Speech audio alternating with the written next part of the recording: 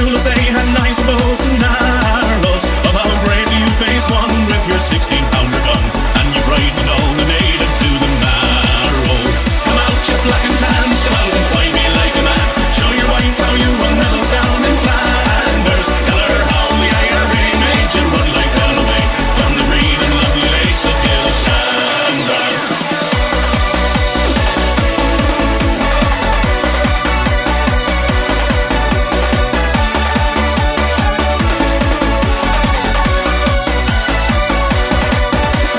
Let us hear you tell how you slammed the brave Parnell and taught him well and truly persecuted. Where are the stares and jeers that you proudly let us hear when our heroes of 16 were executed? Come out, you black and tans, come out and fight me like a man. Show your wife how you won medals down in Flanders. Tell her how the IRA made you run like hell away from the green and lovely lakes of Chamberlain.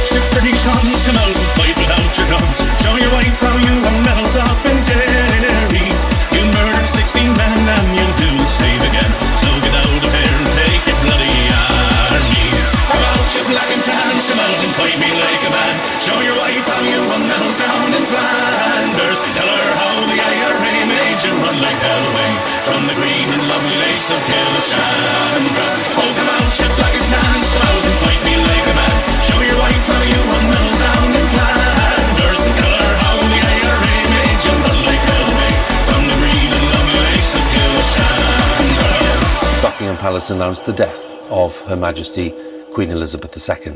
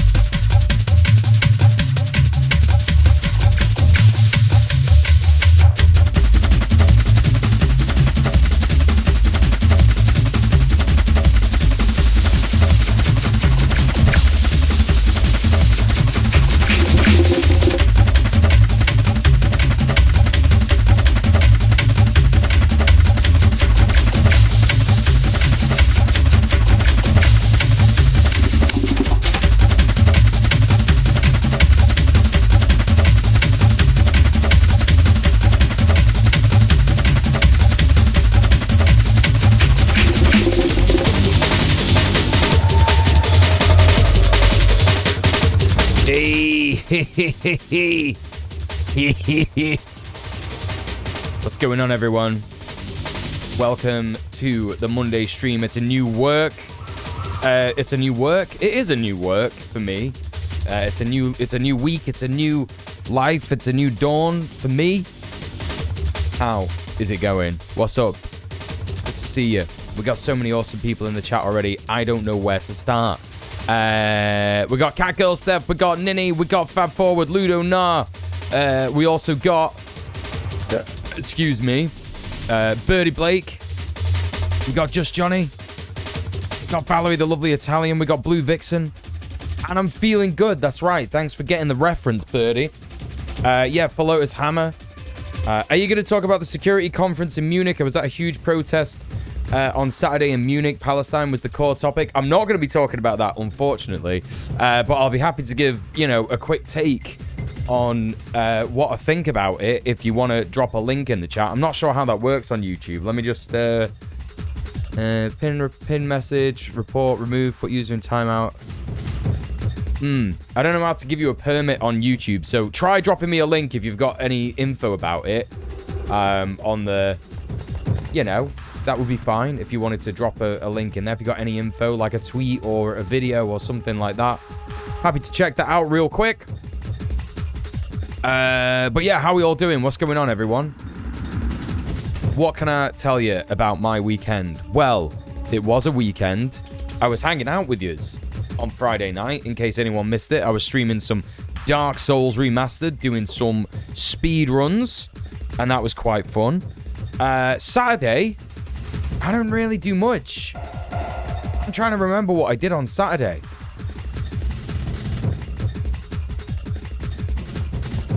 I'm pretty sure on Saturday I was doing tenants union stuff. I was speaking to some members. I'm pretty certain of it. Yeah, I'm pretty certain. So I was doing a bunch of tenants union stuff over the weekend. Yesterday on Saturday, I did a big presentation on how to do member solidarity, how to do direct action, collective bargaining, that kind of stuff. Making demands, organizing and supporting demands with actual direct action and social media stuff, all that kind of stuff. So that was pretty good. It seemed to go down quite well. And since there wasn't a Red Planet, I hung out with my comrades and had a tiny pint. A tiny little pint. So that's very good. Birdie Blake says, I am this close to finishing my last commission, and then I can draw my gay little comics as much as I want. Let's fucking go. Let's go, Birdie. That's great fucking... great bit of news there. I've only got German sources. You not got anything like on Twitter that'll get translated? Well, I mean, you know, I could probably guess how it went down. You know, if we're talking about Germany and a pro-Palestine protest, you know, huge protest, the cops probably went sicko mode. You know, Aryan fucking German cops arresting Jewish people. Very normal. Chat membership dues. Ludo, thank you so much for subbing off Twitch. Thank you so much for supporting the stream. That's right, chat membership dues. That's right, it's like a union here. Apart from I'm the only one who gets the money, and it means that I get to live. So it's nothing like a union at all, actually, and it's more like a business, and I feel really bad about it, but it's one of the more preferable ways to engage in that kind of thing in capitalism. At least, you know, you're not actually like doing any labor while you're here in the chat, right? You know what I mean? You could argue that like doing a bit of typing is a bit of labor, you know? Concentrating a little bit with your little chat brains, that's a bit of labor. But you're under no obligation, you know? You come here, you volunteer your own time, and you give me money. That's how it works. Emotional labor, yeah, you're all always doing emotional labor for me, aren't you? Fucking hell, if someone did emotional labor for me, that would certainly be a turn up for the books. No, I've got friends who do emotional labor for me. It's no big deal. Adam, how are you doing? Johnny says last week was piss, but now I'm going to be having some days off. Nice. Yeah, I think I remember you saying that you had some days off. Chat, yeah, speaking of donating, you know, we are currently, where are we at in February? 19th of February, yeah? 19th of February. We've literally got 2 more streamer weeks to hit that £600 goal, and it's not looking good right now. So, I know that there's some cheeky donators out there. I know there's some people with £5 in the back pocket that they could spare for a small bean uwu bald streamer who spent £11 on some chicken today, one breast of which was definitely off, even though it was from like a proper butcher. Oh man, I was pissed. But anyway, I got a nice masala on the in the crock pot, so that is gonna go hard, and I can't wait. Actually, it's the first time I made a masala. I've never made a masala before, but I watched this guy on TikTok. His name is Mohinder. His channel is Mohinder's Kitchen. It's really good if you're into Indian style cooking. really recommend giving it a go because I've tried one of his recipes before. I can't remember what it was, but it was really good. And I tried his recipe today for masala chicken, Indian style masala chicken, not like chicken tikka masala, not like chicken masala in the UK, like actual Indian style. And it's the first time ever that I basically had to go to the Asian supermarket in Rusholme because there were none of the stuff that I needed in Aldi, right? Not in Aldi, not in Asda. So, you know, Kashmiri chili, for example, Kashmiri chili powder, fenugreek, fresh fenugreek. I was like, what the fuck? I even went to the Asian supermarket and I said to the guy outside with all the groceries and vegetables, I was like, fenugreek? And the guy went, nah. And I'm like, oh, that's odd. And then I started like looking around and stuff, and I went into the store and I was at all the dried spices section because I thought, fuck it, whatever, I'll go somewhere else. I'll get fenugreek somewhere else. And then I looked at fenugreek seeds, and it actually said on the packet methi, which I think is like the Middle Eastern or Indian name, or at least like the Asian name, Central Asian name for it. And yeah, so I googled that and it was like, yeah, that's fenugreek, methi. And I'd seen methi outside and I was like, oh, fucking hell, so that's what that is. So I got this, like, you know, fresh fenugreek that's been marinating the chicken in the afternoon while I was in the gym. And then I got some nice plum tomatoes, 6 of them. That was way too much. Didn't realize how much sauce they'd be giving out. And I also had some passata as well. But I think it was pretty good because it's covered the whole meal in the pot. Do you know what I mean? Like when you're doing a crock pot, you want the sauce to cover the whole thing. Joe, how's it going? Good to see you. Long time no see. Kasuri methi, yeah. Sounds lush. Yeah. I'm really excited to try it. I hope it turns out all right. I gotta go and give it a stir in like I don't know, maybe half an hour or something. Yeah, give it half an hour, and that should be good. Back in the gym again today. Very, very good. I've started a new routine. That's what you call it, with Tom. And that basically means in the morning, get his toy out, right? Because first thing in the morning, he's very active. He's meowing at my door. He wants to scran. And I'm normally too tired to be playing around and running around the house with him. So what I've done is I've got his toy in bed and just fucking going like that. And doing, you know, basically like play in the morning, but like while I'm just chilling in bed, I'm like on fucking TikTok, like, but it actually fucking wears him out. He's really, really tired after it. I've never seen him pant before, but this weekend when I was doing it in the evening, because I do one in the morning before I give him his breakfast, and then in the evening before I give him his final meal of the day, I do it then. And I was doing it in the evening on Saturday night, I think. Maybe it wasn't last night, it was Saturday night. And oh man, he was fucking like panting. I've never seen that before. Like, cat literally there going like, holy shit, dude, you need to chill. So at least I know I'm giving him a good workout, which is the main thing, right? Workout for me, workout for the boy. Give him a fat scran afterwards, you know what I mean? I'm alive, baby. Good to hear it. Good to fucking hear it. Oh, I missed Blue Vixen's chat message. Sorry about that, Blue. Had to work on Saturday, deal with a friend drama, which sucked, but I have today off, and I've been playing Sploot 3 to relax. I love Sploot 3. Sploot 3 is great. I've never played it. I've literally never played it, but Splatoon seems pretty good. I hope you're having a good time with it. Made homemade butter chicken ages ago. Got an orange 2nd degree burn from it. Oh my god, Birdie. Fucking hell, that's danger. I hope it's not sort of, you know, hope it was a very short temporary thing. Hey, Middle Earth Marxist, how's it going? How are you doing? How was your weekend? What are you up to? So, very tiny one, right? Gotcha. Good to hear it.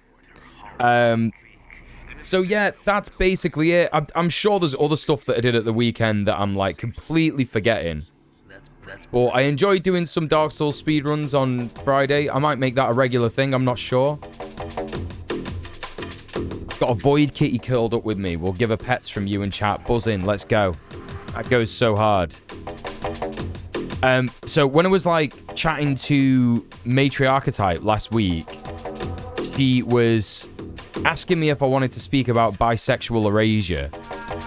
And I didn't know what she meant. So, you know, like topics for us to discuss when we were, you know, when she like made that video. She's going to make another one, by the way. So stay tuned for that. She's got like a next one where we're going to be, you know, talking about some other stuff, which is a bit more sort of revolutionary. Not that shitting on Vorsh because he's a pedo isn't revolutionary, because, you know, bread and circuses. We need a good laugh, don't we? I'm sorry, I just can't get over it. I'm like really feeling very smug about all of it. And I was very tempted to like watch his like context video today, but I know it's just a waste of time. The only reason my man's put that out there is so that people react to it and go, "You're lying!" Blah, blah, blah, blah. You know what I mean? I'm not gonna take the bait. But she was saying, let's talk about bisexual erasure, and I was like, I don't know why that's bisexual people always getting erased. So I was like, all right, yeah, fine. I didn't know what that was on about, but it turns out that Kristen Stewart, who was in the what was it, Rolling Stone? She did a cover and it was really hot. She was like dressed up like a proper butch girl, like just really cool. Like she was like living. And I was like, I remember thinking like everyone was saying like she's a lesbian, and I was like, oh, she's a lesbian now. I thought she was bi. But then everyone was like, no, she is bi, and people are just calling her a lesbian, and lesbians are getting mad. Just such a waste of time. It's not every lesbian, obviously. There are lots of cool lesbians who respect bisexual people and vice versa, right? But just looking at all that shit, I was like, oh my god, man. I'm just so done with this shit. So done with this shit. Why can't, like... I don't know, man. Why can't people just be normal about that shit? You know, especially when it's a woman. When it's a woman, it gets super fucking insane. And I feel very sorry for her if she's, like, looked at all that shit and said... I mean, you know, in a way... I'm kind of in, like, two minds about it, because I'm putting myself in her shoes, and I'm like, if I did, like, I don't know, a proper feminine photo shoot, and people started calling me just gay, I think I would find that quite funny. I can't speak to her kind of experience. I can't speak to how she thinks about the actual stuff, right? The actual discourse. But I have a feeling that if it happened to me and people were just saying that I was gay, I'd find that quite funny to a degree. Because I'm always sort of, you know, saying that I'm gay and all that kind of stuff. You know, I'm not bothered. You know? Be erased from the queer community. Certainly don't know what that feels like. Cries an asexual. Right, exactly, yeah. Why am I not surprised that Vorsh is a nonce? Well, because people have been saying that about things that he said about pedophilia for years now. Literally years. I feel like it was something that happened when he was fucking around being a mod for Destiny as well. When he was in his Irish laddie arc. And there was like... I don't know, there was like a young girl that he DM'd or something like that. I don't want to spread rumors, but I remember hearing about it. Someone did a video about it. And I remember being like, yeah, I'm not surprised at that. But, you know, they were young. Like, they were like fucking 17 or something. Cringe. I mean, who knows? It could be like literally any debate, bro, at this point. Literally any of them. Absolutely based photo shoot for what looks like a brilliant muscle mommy movie. Is it for a movie? Is that what it is? It's a movie promo. Hey, B-Rat, how's it going? Good to see you. Good to see you. Good to see you. Not much weekending for me over in Aotearoa. Lots of comrades were doing base shit, telling the PM to fuck off from Auckland Pride events. Nice. That sounds very good. Very, very, very good. Indeed. Chat, I'm so excited for this chicken masala. I'm actually really excited. Oh, yeah. So I got a bunch of crap for you today. You'll notice that the stream title is very nebulous. Liberal nonsense, right-wing nonsense, cool video essays. What I left out of the title, though, yeah... I'm trying to find a new guy. Trying to find a new weird guy in the woods for us to stream about, right? so that we can like take a look at them every day, you know. So we got some, you know, because I remember sort of like the heyday of, not last year, well, it was kind of last year, maybe the year before, when, you know, my stream was popping. And I remember I remember like looking at those days and thinking, do you know what it is? I don't have any weird guys in woods anymore to look at, you know what I mean? You got some tweets about the MSC? Gubam says, do you need a thumbnail designer or video editor? No. No, I do all that myself, thanks very much. What are you trying to say? Trying to say that my thumbnails are shit, dog?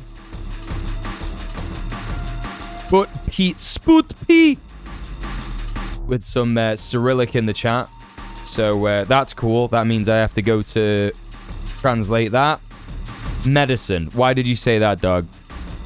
Why did you say that? All the links I posted got auto-banned. I'm sorry for lotters. Yeah, fucking hell. I don't know if you could come through to Twitch. If you come through to Twitch, I can give you a permit. I don't know how to do that shit on YouTube, I'm afraid. Because I don't even see the auto-ban shit on YouTube, which is annoying. You know what I mean? I don't even see that pop up.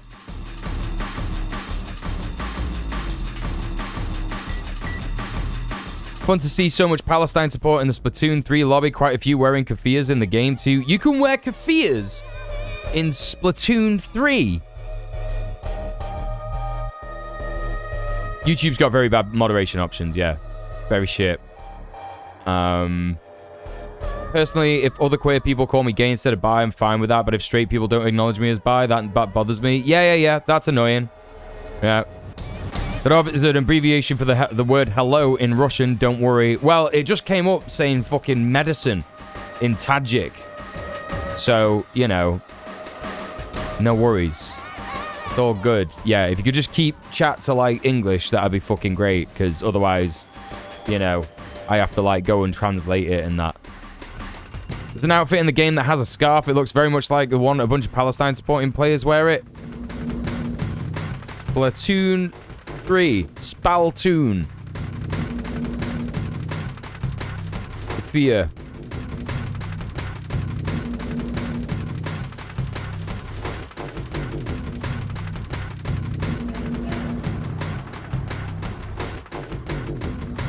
I can't see it just from Googling that. Barazushi Rap, is that what it's called?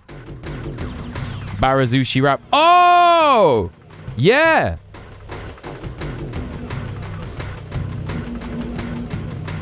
Did you just say no, he?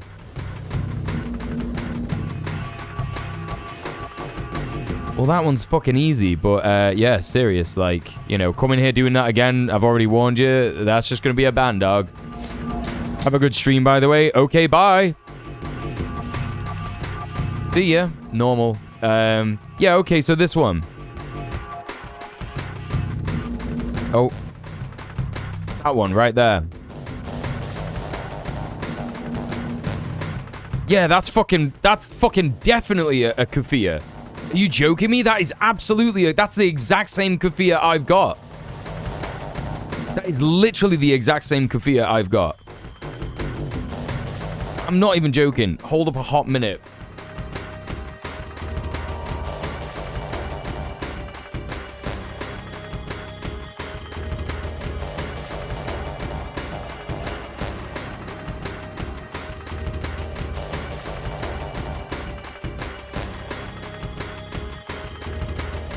Same.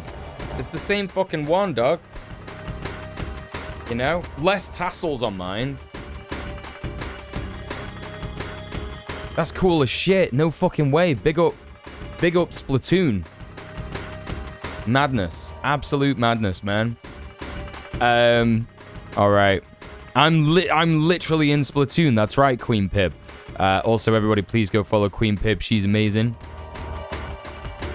Very based. Very neat. That's nice. Where'd I get this one? Hirbawi. Hirbawi.org. Yeah? The official fucking last beer factory in Palestine. They have, like, restocked, by the way. Sorry, it's kafia.org.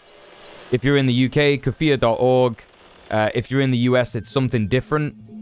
I can't remember what it's called. Any of the Kira mods? Remember what it's called in the US? Because you all know that. She told everyone about that, right? They're always out of stock whenever I check. Let's have a look. Shop.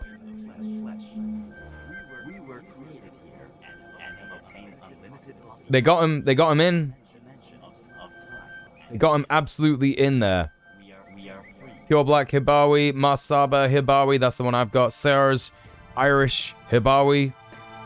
You got the Palestine colors one? Yeah, that's sick. They're all great though, do you know what I mean? The kafia is like such a, like a wonderful piece of clothing. Lavender kafia. So many really nice designs. Really, really nice designs. You got the Nelson Mandela one. Ones for like all the different places in Palestine. Bethlehem, Ramallah, Abu Dis, Al-Quds, Mal. So many places. Yeah, it's really nice. I really love all that shit. Gotta get one for your mum. Yeah, it looks like they're in stock, you know? Might just tick in stock. Let's see if it changes. Nope. Still loads in stock. Yeah, get at them. Get at them, chat. You know what I mean? Give them some money. Like, you know, if you feel bad about, like, you know, maybe you've not done anything for, Oh, it's all notify me. Oh, no. Oh, really? Oh, shit. No, they're not in stock at all. It was saying add to cart a hot second ago. As soon as I ticked in stock, it changed to notify me. Oh, no, they're out of stock. Well, never mind, chat. That's my bad. Spreading misinformation out here. Yeah, that's my bad. Well, there we go. Kafia's in Splatoon 3, but not in Hibawi. The only thing they got in stock right now is the prayer beads. Yeah, because no one wants the prayer beads. Sadly. Get on their email list on either website. Yeah. Hi Husker, how are you? How was your weekend? That was so annoying. It must be something wrong with the website. I swear to God, it came up. It came up. It comed up. It comed up and it said, Adam to cart. I promise you, I'm not chatting shit. I'm not chatting rubbish.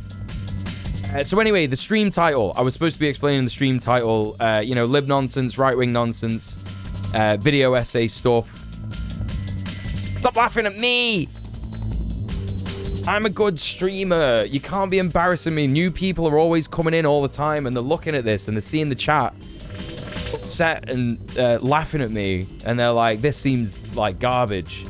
Fuck this guy. Decent weekend, bit hungover, computer issues. What you been drinking? Husker has been drinking dirty beer. Can't believe you've been drinking dirty beer. So yeah, I'm trying to find a new guy. And all I typed was like weird guy in woods, like woods, portals, fairies, that kind of stuff in YouTube. And I came up with Shofra's Magic Alcove, and that seems to be like a person who like actually thinks that she's spoken to fairies. I'm not sure if it's like an Erwin Saunders thing. Then we've got 5 scary videos caught by security cameras, which I just thought would be dead funny. And then we've got visiting a real fairy forest with fairy houses, portals, and real fairies on Haley Reese's YouTube channel. Trying to find a new guy to look at in the woods, my dating profile. Yeah, for real. Just like me, for real. And then we've also got 5 fairies caught in real life 2018, 5 years ago. I'm really excited to watch that one. But before we do, you know what time it is, chat. Get your hazmats on. We are entering the politics zone, you know? We are entering the politics zone. I don't know how you pronounce that. Is that Chinglong? King Long says cringe in all caps. Yes, it is cringe that you would think that typing cringe in all caps would have any kind of effect on my day, my friend. Quite cringe. Anyway, yeah, we're going to be checking out some lib shit. I'm getting increasingly upset with Novara Media. I used to be kind of alright with them, but Aaron Bastani going and getting money from evangelical Christian organizations to debate trans rights without any trans people in the room.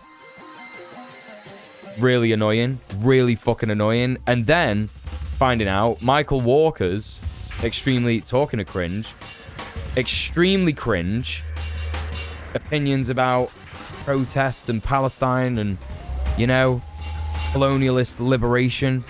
Not colonialist liberation, but indigenous liberation against colonialism. Hey, Morrigan, how's it going? Gobs, how are you as well? Everybody, please go follow Goblin Hugger. They're amazing.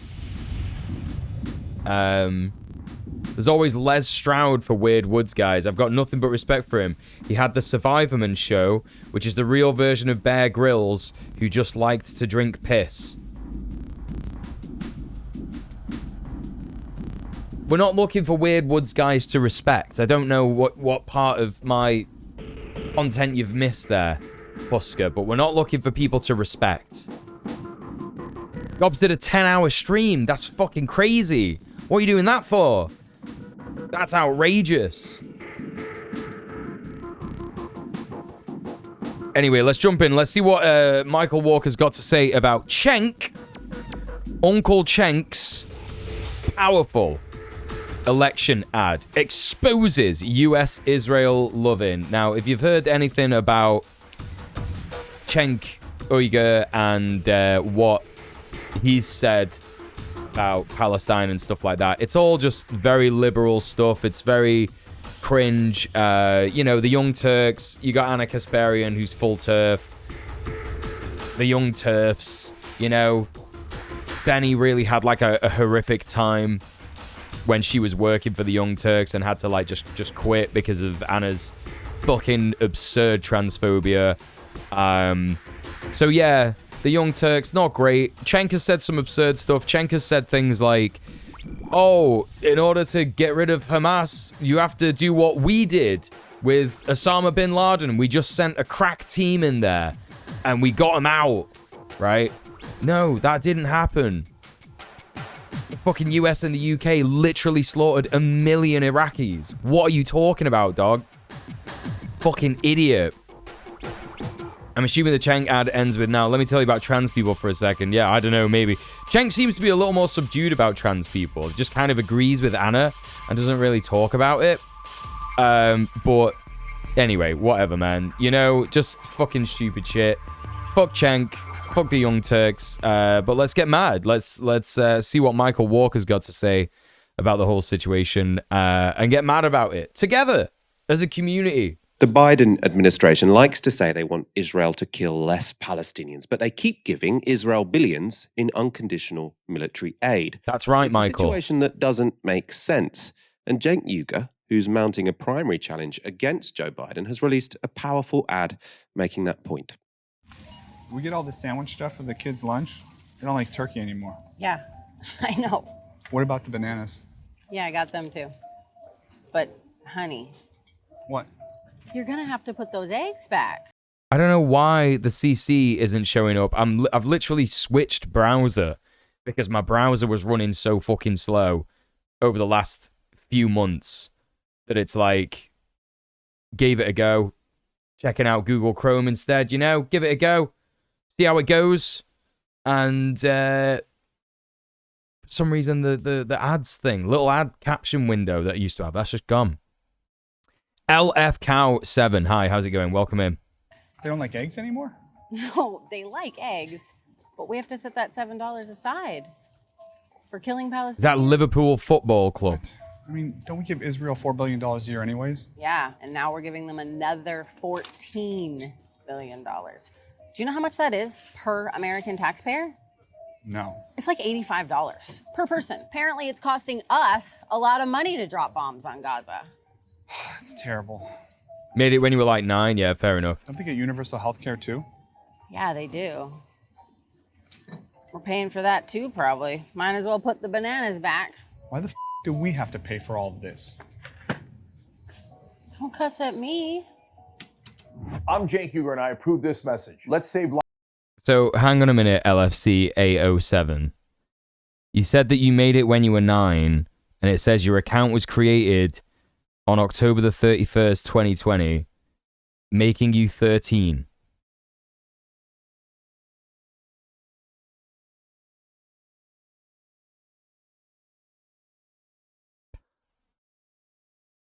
Yeah, you're 16. Yeah, you can't be here, my dad. Yeah, sorry about that. 18 plus only community. My apologies. All the best. Anyway. That guy's probably 13. Why are we doing our grocery shopping at a convenience store if we're trying to save money? Yeah. What?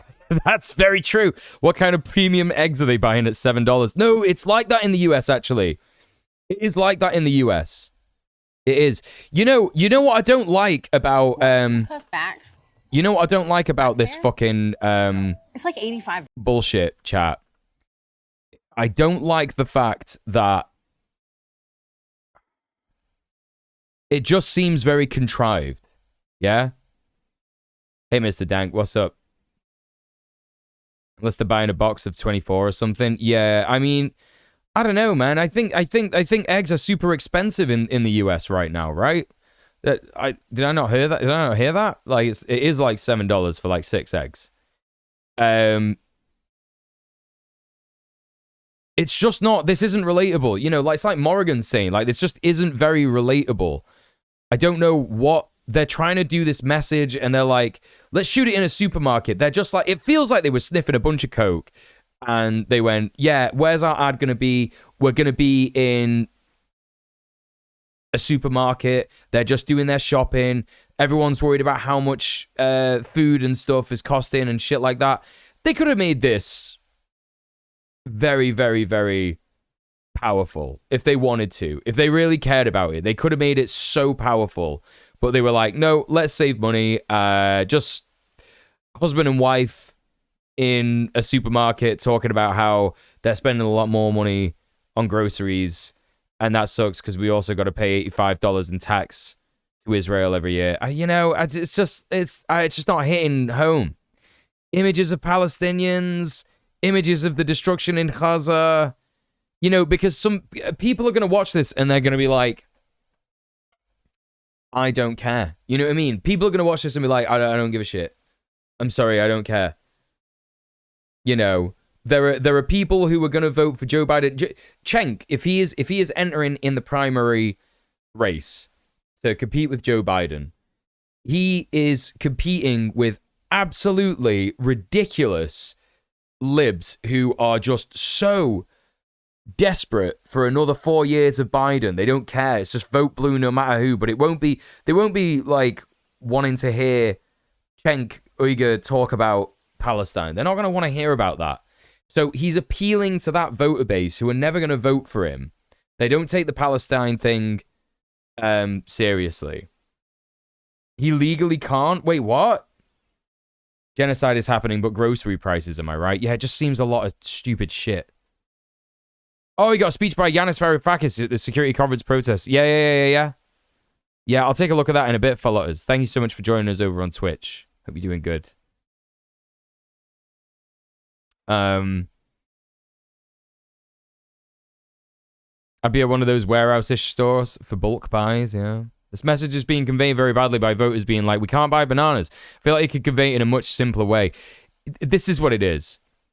They don't like turkey anymore as an in-joke, right? Right, this is... That's what I was thinking. That's what I was thinking, Pib. Why do we have to return the $7 eggs? How many things are we even buying? Could we maybe go name a name brand on a few things to make up that $7? Yeah.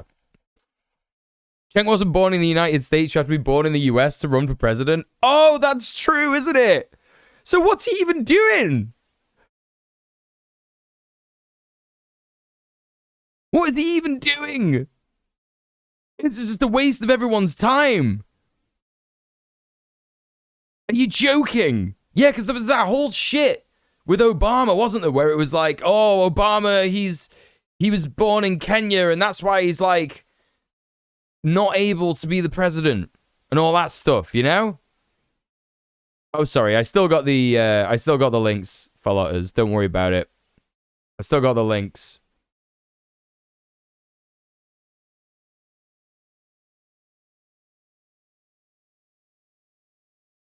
Thanks very much. His entire shtick, if I remember correctly, was I'll let SCOTUS decide, as if they would ever get to that point. Right, exactly. Needs that PAC money to keep his anti-union business afloat. That's true. That's true. He's selling t-shirts, yeah. He's selling fucking t-shirts. God damn it, I hate these fuckers. What about the bananas? Yeah, I got them too. But, honey, What? you're gonna have to put those eggs back. They don't like eggs anymore? No, they like eggs, but we have to set that $7 aside for killing Palestinians. It's just such a contrived message, isn't it? So contrived. It's like, oh man, could you not like, you know, just all of this. Fuck all of this. What? I mean, don't we give Israel $4 billion a year anyways? Yeah, and now we're giving them another $14 billion. Do you know how much that is per American taxpayer? No. It's like $85 per person. Apparently, it's costing us a lot of money to drop bombs on Gaza. It's terrible. Hey, Woodbug. Don't they get universal health care too? Yeah, they do. We're paying for that too, probably. Might as well put the bananas back. Why the do we have to pay for all of this? The universal healthcare is like a bit of a good bit. That's like the only kind of good bit in this.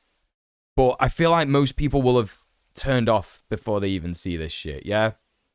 Like a bad SNL sketch. It is. It's like a really bad liberal SNL sketch. That's exactly what it feels like. Very weak. Very fucking weak. You know? Honey, I get that it's fucked, but we don't actually have to set $7 aside. Yeah, right? We don't actually have to do that. We're already paying our taxes for that. The message doesn't make sense. It doesn't make sense. Because she's like, we got to put $7 aside for our taxes. It's like, wait, what? You're already paying taxes. You're not paying tax. Okay. All right, dude. No problem. Don't cuss at me. I'm Cenk Uygur and I approve this message. Let's save lives together at cenkforamerica.com. Okay, so Michael Walker and the fucking hacks at Novara Media have said that this is Cenk Uygur's powerful election ad. What's powerful about it, man? They're coming door to door for that 17 billion. Yeah, I'm a meme now, right? The money angle on this is really bad. Would it be fine if the bombs were free? Right, exactly. There being a swear in the ad doesn't help. He swore a bit during a C-SPAN interview. It's not normie coded. Yeah, he doesn't know how to be a normie. He's Cenk Uygur. It's true. Cenk Uygur. Cenk thinks he can weaponize right-wing tactics against them. Yeah. Fucking so stupid. Let me just real quick, because I do believe the Americans in the chat. I do believe them. I just want a real quick check.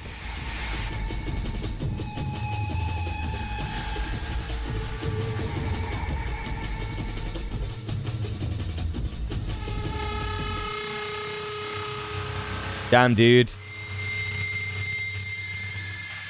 The U.S. Constitution states that the president must be a natural-born citizen of the United States, be at least 35 years old, have been a resident of the United States for 14 years. So, hang on a second.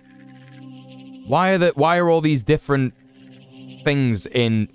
So, can you have lived in the United States with full citizenship for 14 years? Is that what it's saying? Pelotas, why did you do a blue fella cancellation? We don't even have a blue fella on the go. Do you want that refunded? Pelotas' first time on Twitch, messing around. Messing around with the point system. So it says here, and this is literally like US Gov, the US Constitution states the president must be a natural born citizen of the United States, be at least 35 years old, have been a resident. So what was... I don't know. What did I do? You used your points to cancel a blue fella redemption that another chatter might have done. So if someone redeems the blue fella, it means that I get to, like, use this on my back for a bit, which is always quite good, actually, when I've been to the gym. You know, just saying. So what you did was you cancelled something that doesn't exist, so I'll refund you. Yeah, I will wear the Ushanka.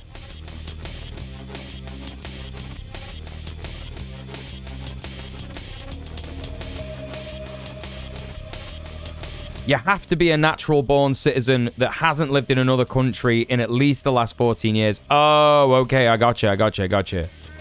I will have a blue fella. Thanks, Ninny. Yeah, I will. I'm actually fully down for that. You have no idea. Oh, shit, yeah, this is going to feel really good. Okay, let's see what fucking Michael Walker's got to say about this shit. No, I think that's a smart and effective advert, right? Shut up, Michael! You know, the amount of money that is sent to Israel is not going to be that significant in terms of the American public, right? The American budget is ginormous. Why I really liked that advert is because it wasn't about defending Israel. So you might hear this argument, and I mean, this is the sort of argument that Trump puts forward quite a lot. Why should we waste our money? You know, he'd say defending, you know, Western Europe or Eastern Europe against Russia, for example. And it's sort of like, it's an America First argument. And, you know, Cenk's advert is consistent with America First. What Michael likes about this advert is that it's not fascist. Is that it's not racist. Come on, bro. Come on, man. This is so stupid. Ted Cruz doesn't meet those requirements and ran regardless. I think it's very possible for some billionaire to get the presidency despite not being born in the US, but it sure as hell won't be Chunk Yogurt. Chunky Yogurt? Is that what we're calling him? Brilliant. Yeah, I'm down. Natural born means born in the US, not naturalized, i.e. immigrated and took citizenship. Right, I gotcha, yeah. But the emphasis was on, this is money being used to kill Palestinians. Right, and I think that framing of the funds that the United States sends to Israel is really important, because when this is talked about in the mainstream media, obviously this is defense funding or defense aid to the Israelis so that they can defend themselves. It's not. Everybody knows that defense aid is Israeli. Like, Michael does not have his finger on the pulse of the electorate. This is what winds me up about Novara Media. Michael thinks that 71% of the British public aren't aware of what's going on in Palestine, whereas the opposite is true, actually. They're just a bunch of knobs. They're just a bunch of fucking knobs. Yeah, the emphasis is on the money, not on the killing. You know? So, you know, here's the thing about that. It's not powerful. It's just not fucking powerful. I'm so, like, you know, look at this. They ran like a 3-minute news piece on this advert. Why, dude? Fucking why? They're struggling so hard for content at the minute, and it's just so cringe when there's so much stuff going on. It's because they refuse to comment on actual radical stuff. That's what it is. That's what it is. Novara Media could be Red Planet. They could do Red Planet stuff with the platform that they've got, with the funders. Their funders are like radical. Do you know what I mean? So, you know. As we talked about so much on this show, this is a genocidal war. The Israelis aren't trying to defend themselves against Palestinians. They're trying to clear Gaza of Palestinians. The means by which they're doing that is making Gaza so unlivable that they hope that people will break through the Rafah crossing and into Egypt, never to return. Right? And how do you make it? Michael. You're a journalist, dude. You're an actual journalist. Or at least you say you are. And the people at Novara Media who've written his script, if it's not him, should know that actually the quote-unquote breaking through Rafah crossing is so incredibly impossible. No one is breaking through the Rafah border. Yes, and it's not a war. It's not a war, actually. Been having this fucking argument with a friend for ages. It's super frustrating. The thing is that once you know, in the UK, we are starved for leftist alternative reporting, aren't we? Yeah? And so when people like Novara, they like it because they have no other option, which is why more and more people in the UK need to start radical alternative journalism, because people are just getting sick of Novara. People don't want to hear this shit. You know, they got fucking protesters arrested and shit because they like took pictures at a protest and shared their face, and they shared it on like the whatchamacallit, Novara Media Twitter and all that, you know. But you know, just for having like a parachute t-shirt. You remember the parachute t-shirt thing? Everyone remember that? Oh, it's just fucking so annoying. Incredibly Fuck unlivable. these guys. You kill shed loads of people, right? I mean, it's classic ethnic cleansing, right? You kill lots of people as a threat to say, well, you don't really want to live here now, do you? It's incredibly dangerous. Why don't you leave? Right? So that's what America's military aid to Israel is doing. My man can say ethnic cleansing. Fighter jet. Evening, folks. Thank you so much for the 58 months. Look at that, chat. The 58 months of support. How are you doing? Good to see you. You know, Queen Pip says the normie America doesn't even care what things cost politically. They assume that that's why we cage people and deport them. Somehow that saves money. Right, exactly. They don't give a fuck. They do not give a fuck. Yeah. And I think it was, you know, brave and effective for that campaign ad from Cenk to sort of say it like it is. Yeah, this money is brave and effective. Libs are gonna lib, man. To Israel so they can kill Palestinians. It's got nothing. Libs to are do gonna with fucking itself. lib. It has everything. I'm to do. like so annoyed by that shit. I just like rammed my nose into my fucking mic holder. I'm like, am I bleeding? No, I think I'm all right. With them killing, murdering Cringe. innocent civilians because they want their land. All right, cool, Novara. Really cool shit. Really good reporting. I'm really happy that that's what you said. Okay, so the next thing that we're going to talk about that's lib nonsense is Twitter discovering consensual non-consent. So this section of the stream does have a very important content warning, which is we're going to be discussing consensual non-consent, right? Does anybody know what CNC means?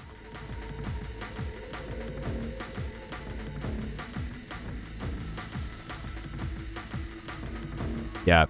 Well, we got an Evie Lupine video that we're going to be watching. I love Evie. She's right on the pulse of this shit. She dropped this video pretty much as soon as people started talking about it.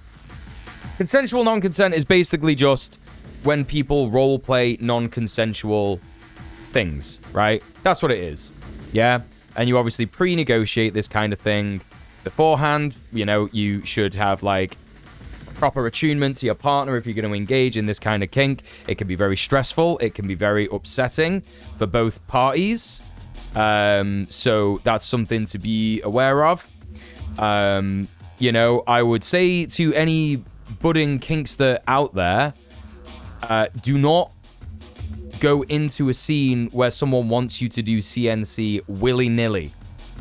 Certainly don't do it without negotiating what is good, what is allowed, and anything like that beforehand. Yeah, it can be very, very triggering and very, very upsetting for a top or a bottom. Yeah. So there you go. Hey, Ori G, how you doing? Good to see you. Good to see you. So that's what we're going to be discussing. So if that's not your vibe, if you don't want to hear about, you know, what this actually is, I mean, you know, lots of people have like a really good time with it. You know, it's not a fucking, it's not a horrible thing. It is a kink for a lot of people in various different ways to various different degrees. Like all things, it's nuanced. You know what I mean? So listen, I'm gonna pin this video at the top of both chats. So please go ahead, support our fellow content creator friends, especially Evie. She's great. Hold up. How can I... Oh, come on, Twitch. This is so slow. All right, there you go. Why didn't that work? Oh, there it is. Why does it say message current vid? Why does it say that? All right, we're pinning that in the YouTube chat. No, not that one. The enthusiastic consent, the enthusiastic consent, the part is really crucial. Enthusiastic consent. I mean, there's a lot more to it than that. There's a lot more to it than that I would say is equally crucial. Because you can enthusiastically consent to something that you think is going to happen, and then it might not go that way, right? It might not be the thing that you think is going to happen because the person that you're discussing it with didn't actually discuss it properly with you, and or you're not attuned. You know, you can't black and white think in this kind of thing. Yeah, it's a very, very important discussion to have with your partner if you're going to engage in this kind of thing. So anyway, there's your content warning. Let's listen to what Evie's got to say about it. Please like, comment, subscribe, show Evie some love. Great creator. Let's see what she's saying. Hello, everyone. My name is Evie Lupine. Welcome Evie Lupine. to my channel, and today I have another video for you all. Today, I'm going to start with a question. Did anyone have kink being a trending Twitter topic on Christmas Eve on their bingo card for this year? Because I know I sure didn't. I came back from a semi-internet break over the holidays, and I felt like I was living out that one Community meme where Troy comes back with pizzas and walks into everything. Oh, this is about that shit that was in around Christmas time. Fucking hell. Holy fucking shit, I forgot about this. Because, yeah, this did... I was thinking, like, oh, I didn't see this pop off recently, so maybe I just missed it because I'm not on Twitter too much. But I am on Twitter quite an embarrassing amount since being unbanned. So, actually, what she's on about is it popping off over Christmas, and I did see some of that. This is not the first time that BDSM has been hotly debated online by people who scarcely know anything about it. I haven't seen it have quite this level of staying power before. Unlike previous a good idea, times Fighter where Jet. maybe it was one or two controversial tweets, this just kept going for days. I'm not kidding. My Twitter feed for almost a week was between 90 and 50% people discussing this topic. That's crazy, man. That's fucking crazy. The usual niche corner of kink Twitter that Drill of all people was tweeting about it. Yes, that Drill, one of the best Twitter accounts of all time. I'm not sure if I should die of shock, embarrassment, or both. Currently, I'm going to go with both. But what realm of BDSM made people so stirred up that they spent their entire Christmas break debating about it? I'll give you a second to guess. Well, it was CNC, of course. A few months ago, I covered a viral Reddit post about a CNC scene gone wrong. Yo, okay, this is like a super... So, you know, again, like, if you're in kink circles, if you're in BDSM circles... there can be a lot of onus put on tops that the toxic way that people see tops and bottoms in kink communities, or if people are engaging in kink and they're not quite aware or read up as to how to actually act in those kinds of scenes, those kinds of scenarios, is that they say that tops are absolutely fine to do completely anything to a partner, or bottoms are completely fine to have anything done to them, yeah? And it's not the case. Everyone has limits. Everyone has things that they, really want to do, or things that they aren't too bothered about, but they'll do them, for someone else. And then there are things that people don't want to do, yeah? It's kind of, varies how much of each category for each person, obviously. And this particular story is about someone who was like, please do CNC with me as a bottom. And their boyfriend was like fucking devastated about it. Like, completely traumatized. You can't treat tops like they are just a tool to do anything with. And this goes for, you know, if you're doing what people call soft kink. I'm actually doing a video about this, chat. This is my next video. I'm going to be talking about kink in the queer community and ways that it harms us. So that's my next video, which is kind of why I'm watching this with you, to sort of like, you know, breach this topic a little bit and make sure that everyone is fully abreast of, you know, what's going on. It's good to have limits discussions, but even outside of kink, but especially inside of kink. Yeah. You know, like at the end of the day, this, you know, you might be just having what you think is vanilla sex with a partner, and they do something and it's like, oh, okay. Or they start saying something and you are like, okay, I guess this is happening. And you don't do anything about it because you're scared that if you say something, you're going to be seen as like, you know, whatever, like a I don't know, not cool, not hip or whatever. There are people who engage in this thing like, you know, they see it as soft kink. So it's like a lot of people will be like, yeah, choke me, innit? But don't know how to choke people and do something really dangerous and then actually really end up hurting someone kind of thing. You know about that, like, that guy that deep-throated someone and ended up, like, tearing his voice box and shit? Deep-throated a 12-inch cock and, yeah, I was literally going to say choking. Well, people like to engage in that kind of thing without even knowing about it. And it's, you know, you can end up really fucking hurting yourself and hurting others. And so you need to be aware of this shit. So anyway, kind of just a bit of a preamble there saying, you know, tops have feelings too. Don't forget, your top who is like, you know, beating the living shit out of you and you're loving it and all that kind of stuff, check in with them.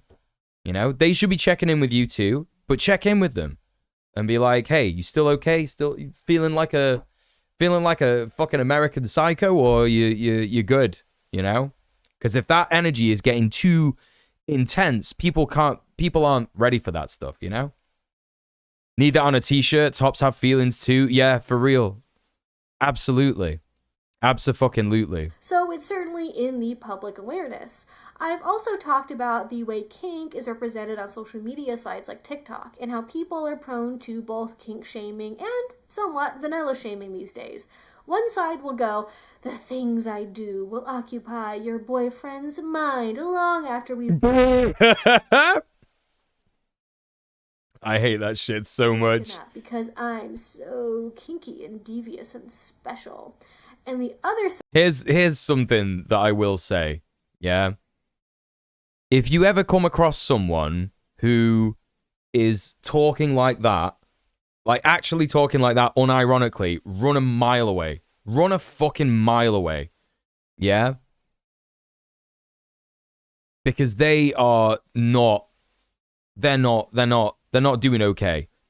And that not okayness is going to come out in any kind of interaction that you have with them, innit? Side will yell back. Yeah, like a Reddit post. But there's people who act like that. There's people who act like that. And it's either because they're inexperienced and they think that like, oh, well, I've only ever had positive reinforcement, and so that means that I'm definitely doing everything right. And then they get into a headspace of like, I'm the sexiest, coolest motherfucker around. You know, and that can be like their fault, or it could be the people that they've interacted with's fault. You know what I mean? It's kind of like more of a societal failing, I see it as. You know, if people are not feeling safe to give someone feedback, that might be because that person is too intense, like too much of a domineering person, like outside of the bedroom, or it might be because people assume that they should know exactly what to do, and that if you do it wrong, you're somehow a terrible person, and this kind of stuff. So, you know, there's various different ways that this can happen. That you can get into this kind of like, I'm so kinky, I'll make anyone come, I'll make anyone get into that really cool subspace and they'll really enjoy it and they'll be obsessed with me. Kink isn't really like that, you know what I mean? Like those kinds of like toxic ideas about being attracted to someone and being beholden to someone and all those kind of stuff. It's a place where you're supposed to smash boundaries. So yeah, if you're gonna try it out, if you're gonna try anything out, just be wary that even though it is a cool scene and it's cool to wear leather and it's cool to wear latex and, you know, corsets and get whipped and whip and all that stuff, just remember there's definitely people in there who are stupid as fuck. I'm not right? a sick freak who needs to put my genitals in a mousetrap just to feel something. You can imagine how productive those conversations are. Not very. So, really, it was only a matter of time before this dialogue oozed its way onto the increasingly polarized X landscape. Early in the morning on Christmas Eve, someone dropped this post with the caption, quote, "Again, since some of you keep defending CNC as a healthy coping machine," and then they followed that up by what seems to be a screenshot from a Tumblr. Porn sick freaks will literally beat women until they're sobbing, and be like, but she wanted it, she asked me to do it. Like, okay, why did you do it? Why were you okay with hurting her? Why were you okay with beating her? Why were you okay with making her cry? What the fuck is wrong with you for you to be turned on by that? This is such a terrible analysis of what kink actually is. Like, you can do kink and not be turned on, right? It's not necessarily about being turned on. People always assume like being turned on by something is when your cock gets hard, your pussy gets wet, right?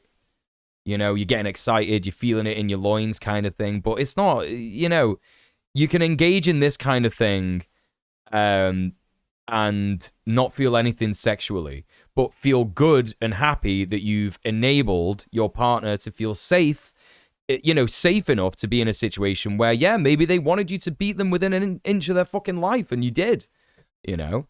And you were attuned with your partner so much that, like, you can do that, and you've got the aftercare skills, and you've got the support skills to be able to, you know, talk someone through that and, you know, sit with them and make sure they're feeling good and safe with you. That can feel really powerful when someone feels safe with you. Like me as a top, when someone feels safe enough with me to do some, like, super extreme scenes that I'm, like, also okay to do, that can feel really, like, empowering. Not just for you, but for both of you, right? Because, you know, one person trusts you so much that they feel like, yeah, this person's safe to do that. I believe that they can do it and they're not going to fuck up. And also, conversely, that person trusts me that much. It's a feeling unlike any other. So, you know, from the perspective of someone who's an outsider to a lot of this stuff, it feels like the kind of thing where you should be aware of what you don't know. Yeah, absolutely. Like, you know, the problem is that, well, I'm going to discuss this a lot in my videos, so I'm not going to say too much, but there is a lot of onus, especially of people on people in the queer community, that, like, kink is just like an accepted thing to do when you meet someone for the first time. Like, you know, everybody in this chat here, yeah, if you've used Grindr, you will know what I'm talking about. You'll be chatting with someone on Grindr, and you'll be like, "You're hot. Yeah, you too. Any pics? Yeah." And then you send pics, they send you pics. Hot, let's fuck. What are you into? Right? What kind of a question is that? What are you into? When you're supposed to, like, list all of your kinks in one? Like, when you don't know this person at all? Like, that can be a really vulnerable thing to do, innit? Do you know what I mean? And I never do that. I have never done that since I've started getting, like, you know, more and more into kink. I've realized that is, like, a very personal question that people just kind of demand to know. And that's not for anyone, to hear. And it shouldn't be so hyper-normalized. And this isn't me being a prude. It's not me being sex negative. I still think that kink absolutely belongs at Pride. I still think that kink is a big part of the queer community. What should not be a big part of the queer community is irresponsible kink, right? Where you jump into a scene with someone that you don't know because you feel pressure to do so. That's coercement, yeah? What are you into? Intercourse. Well, I've started playing around with it nowadays. If someone asks me what I'm into, I'll be like, yeah, men, women, everyone in between. What about you, bro? You know? Yeah, go on a date, have a kiss. Do you know what I mean? Yeah, see if you're even compatible for rough stuff. This is the thing. you know, have a little snog, have a little romantic date, get to know each other. So that's yeah. That's what we need to be doing. Of someone verbalizing what I can only describe 2X does sound like a TERF username. 2 chromosomes, 2X chromosomes kind of thing. as the guilt-ridden thoughts that plague nearly every sadist I've ever met. Yeah, the disgust here is palpable. Yeah. Naturally, folks with all sizes of accounts leaped in. Like, yeah, that's a really good point that Evie makes here. Like, you know, to think that tops don't actually, like, feel that when they've been in a scene like this is completely fucking insane. Yeah? Like, when you have really gone to town on someone, yeah? When you've gone to town on someone, you will be sat there in the back of your head thinking, like, I am a freak. I am a disgusting freak. I'm a psycho. I'm an abusive person. Do you know what I mean? All that is running through your head, and you're like trying to fight it. You're trying to say, no, it's not like that. And that is why you need aftercare, right? That's why you need aftercare. Andy, how's it going? Good to see you. Hi, mate. I don't have anything to add, but I just wanted to say hi and I love you. Well, you know, chat, if you are feeling like there's nothing to add here, I'm sure some of you have questions, and you know, this is a learning community. If you want to ask me questions, don't feel ashamed. There's no stupid questions, no stupid answers. There's stupid answers. There is stupid answers. There's no stupid questions, only stupid answers. That's the thing, isn't it? So yeah. Met. Yeah, the disgust here is palpable. Naturally, folks with all sizes of accounts leaped in to make their usual defenses. But it's consensual. But what if they both want it? What about gay or queer kink relationships? Oh my god, dude. That's a really fucking shit. What about gay or queer kink relationships? What about it, man? It's the same. It's not different. I get really mad at that. What about when it's the woman who's doing the topping? You see, your whole argument completely falls apart as soon as you realize not all kinky dynamics are cishet. Yeah, that's true. Dom and a female sub.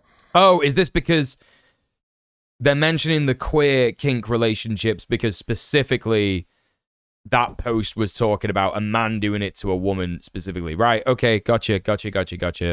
And so began days of trench warfare, with all of the usual retorts. Women only believe they're into this because of social conditioning and pressure from prawn-sick men. These have got to be like TERFs, right? These kinds of people. This is giving TERF energy. I'm seeing a lot of TERF energy from this. 0.1% of the BDSM community is femdoms. What are you talking about, dog? What are you fucking talking about? This is someone who has never been outside, let alone been in a room full of, you know, kinky motherfuckers. TERFs typically hate kink, yeah. Well, you know, radfems were also having a go at lesbians back in the day, like in the 90s, when lesbians were were engaging in kink, right? And radfems were saying, you're recreating the same gender roles. You're doing the same thing that men do to women. And it's like, shut up, man. Like, shut the fuck up. And a lot of those people were, quote unquote, political lesbians. Risk inverse. Tips are better than subs. They are better than subs, but thank you for the sub anyway.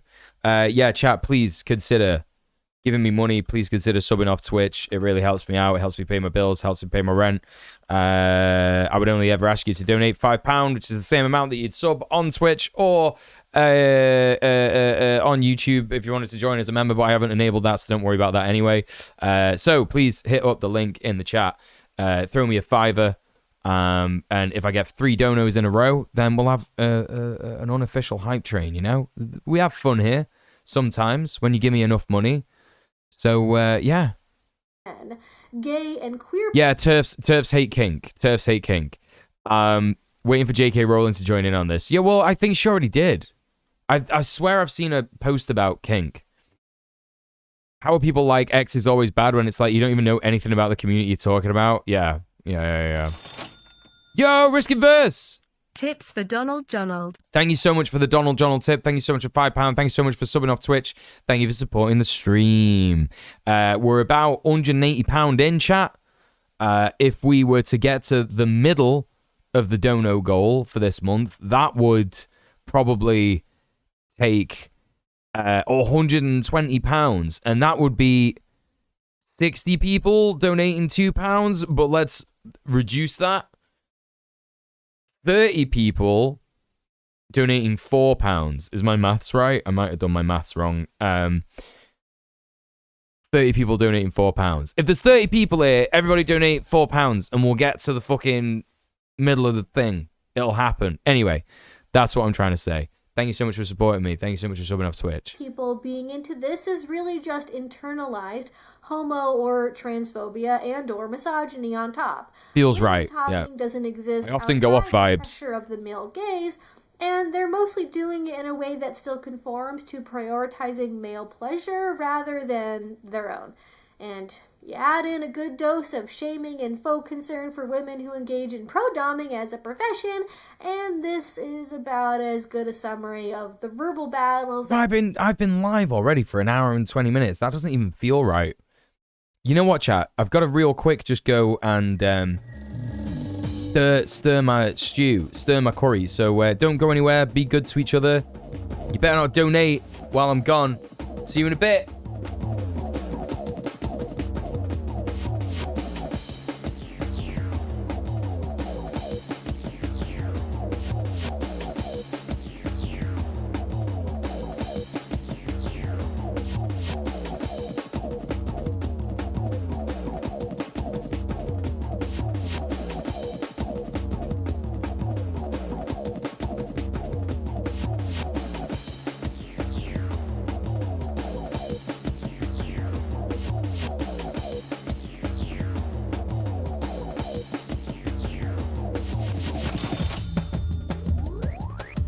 Hi, I'm 15 people.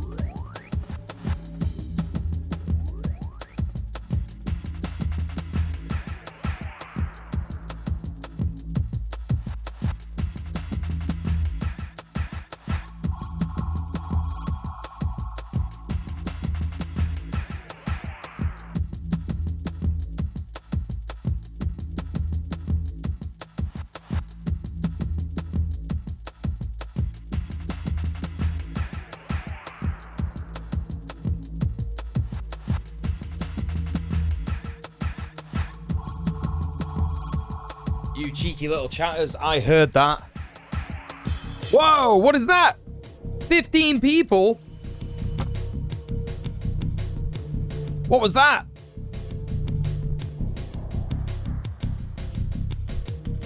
Hang on a hot minute. Why can't I see my recent events? Oh my god! Just Johnny! Lulu Lee Lee. Ah, it seems my LS and my P's are all mixed up. Lulu Lee Lee, Poo Poo Pee Pee. I can't see my recent events. What's going on, Streamlabs?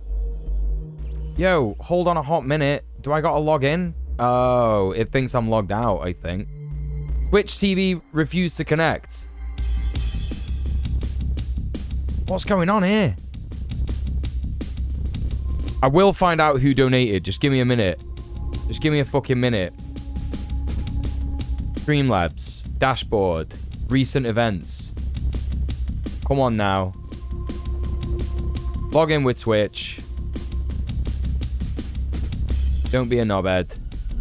Yeah. Whatever, dude. Okay. Queen Pib with the 30 quid. Just Johnny with the £5.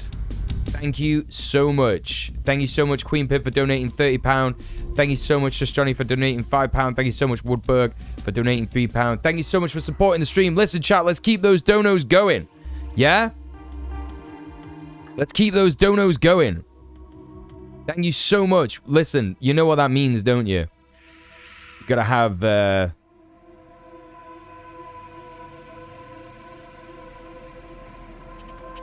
we gotta have some music. So I'm really sorry. The VOD watchers are back. Welcome back, VOD watchers. Don't worry, you didn't miss anything apart from one of the best tunes of all time. All right, let's get back with the video. He blew himself. What if we had acoustic instruments for a joke? I know, yeah, that's a good point. They got all the acoustic instruments in that room. And it's like a posh room. Blue guy, a bunch of dragonflies. That thing that they have in there, though, is that real? Like a hive of dragonflies and they, like, explode? Is the hive thing in the paper cut video real?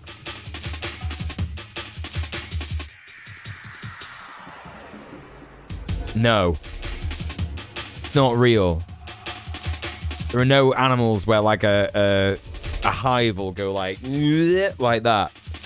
Will that not happen? Hi, Plink, by the way. Oh, yeah, dragonflies are not a hive animal, are they? They're not.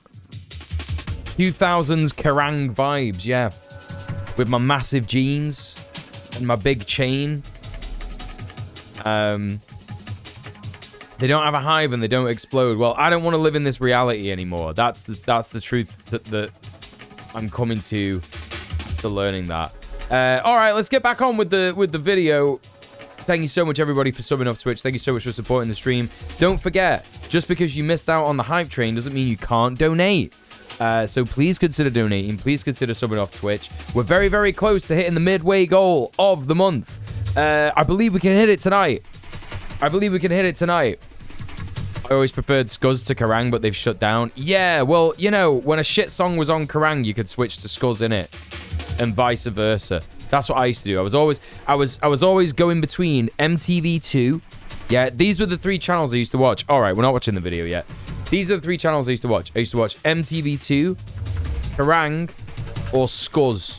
Any of them 3 cycling between, because by the time I was watching music television, MTV was just doing reality shows and it was shit. Wallet chains were very, very, very common. That's what I was talking about. I had a big fat wallet chain, which actually I changed, and now it's the chain that I wear around my neck. If you see me wearing a chain, it's the same one that I used to have on my wallet when I was a kid. You did the exact same thing. Yep, there you go. This is why you're all here, chat, because we're all the same person, innit? You know what I mean? I'm old enough to remember 120 Minutes and Headbangers Ball were on MTV. Well, I used to watch them. I used to watch repeats of them. Because there were repeats of them on MTV too. Yeah? I may be in the wrong generation. Don't worry, man. You know, I used to think that all the time when I was growing up. Because I only ever used to listen to, like, Alice in Chains and Nirvana and shit. But I did like a lot of contemporary music. And, yeah, it doesn't matter. It doesn't matter when you're born. Still a person.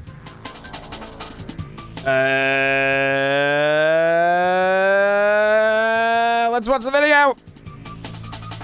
Let's watch it. Took place over the next few days as I can manage. But you all have probably heard this before. You don't actually need me to trot out Saw Nirvana in 92. That's cool. Usual arguments and responses. I kind of just did that. You don't need me to tell you for. Oh no, Mr. Dank. Yeah, you could request tunes on Kerrang, but it would cost your phone like fucking £90 or something. We all had that shit. You know what I mean? The capitalists, they were like, yeah, let's get these fucking rich kids fucking you know, phone cards or parents' phone bill coming up and shit. Do you know what I mean? But I was not a rich kid. And there was no way I was about to do any of that. Do you know what I mean? I wasn't allowed to have a chain wallet. That sucks. Get yourself a chain wallet now. Yeah, that's right. What Steph said. 500th time on this channel that consent is always time their ad breaks happen at the same time. Oh, that sucks. Of you watching? You had Viva for Music TV in Germany. Instead, I want to do something different. When I was in Germany for TwitchCon, yeah, I was in my hotel room after, like, I can't remember what it. I think it was the first night I was there, And, you know, I wasn't jet lagged, but I was just tired from the flight because it's just whatever, you know, 4 hours to Berlin or whatever. And I remember putting on TV and there was this mad German TV show on where they like danced to modern music and did DIY. It was so fucking weird. And I remember learning the name of it, but I can't remember for the life of me now. I can't remember for the fucking life of me. Hope I can expand on the superficial points I just gave and approach this from a different direction. I want to show you, on a deeper level, where these misunderstandings are coming from. I want to correct them if I can and offer some more comprehensive rebuttals that go beyond, but what if she wants it? And I also want to peel back the curtain and show how this worldview goes well beyond just texting craze, late 90s news clip about texting in a single kink. And it's worth noting, just for the sake of establishing a timeline here, that there were several other very large tweets surrounding this topic that were made in the days following the original post. And it's not clear if they're meant to be directly about the first tweet that started everything, or if it's more of just a general observation of the landscape of the website at that particular time. But whatever it was, it really riled people up. For example, on Boxing Day, an account called Pander Shirts said this, quote, Gen Z, both being obsessed with being queer and extremely sex negative, is producing hilarious discourse on... This is such a stupid fucking observation, man. Here. And do you want to bet that people were normal in response to this? Do you? Again, place your bets now. I don't think that's like a terrible take, like the worst take, but I think it's a pretty shit like observation. Do you know what I mean? Gen Z are obsessed with being queer. It kind of sounds reactionary. Do you know what I mean? It's like, oh, Gen Z are like really, they're getting all gay. They're all getting gayed, aren't they? You know what I mean? Because of course they weren't. No, they would never ever be normal about this. But it is sex negative to like immediately, you know, start talking about how kink is wrong and bad and you shouldn't do it and it's like questionable as to whether it even was Gen Zers. Do you know what I mean? It's like they were tripped. Left-handed people curve.png, right? Themselves to be the one to prove his point the hardest. And unlike many internet drama situations where people just claim, oh my gosh, people were so mean to me in my reply. O2G Go It says, embracing mental delusion is not compassionate. What mental delusion are you talking about, O2G Go It? Everything you think is delusional. Well, I don't think that's very correct, is it? I don't think that would be correct for everyone. For anyone, actually. Would it? Incredible. And how well do you know me, O2G? Go It. How well do you know me? Because it says that your account was created on February 17th, 2024. So 2 days ago. There's only a male and a female. What, in the room with you right now? I don't understand the context, my friend. Just only one male and one female ever. Humans are animals. All animals to ever exist are only male and female.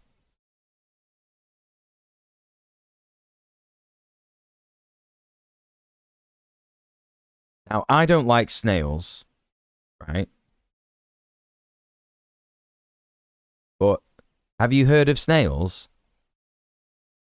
Freshwater snails mature quickly, usually reaching adulthood in 4 to 8 weeks. Many species of freshwater snails are hermaphrodites, meaning they have both male and female sexual organs and can reproduce asexually, meaning without the need for 2 snails. Others are hermaphroditic, but often reproduce sexually. So you're wrong, aren't you? And that's only one animal. With every sickness and disease, and every technological advancement, they only know how to fix males and females with all animal life. Well, now you're just talking shit, aren't you?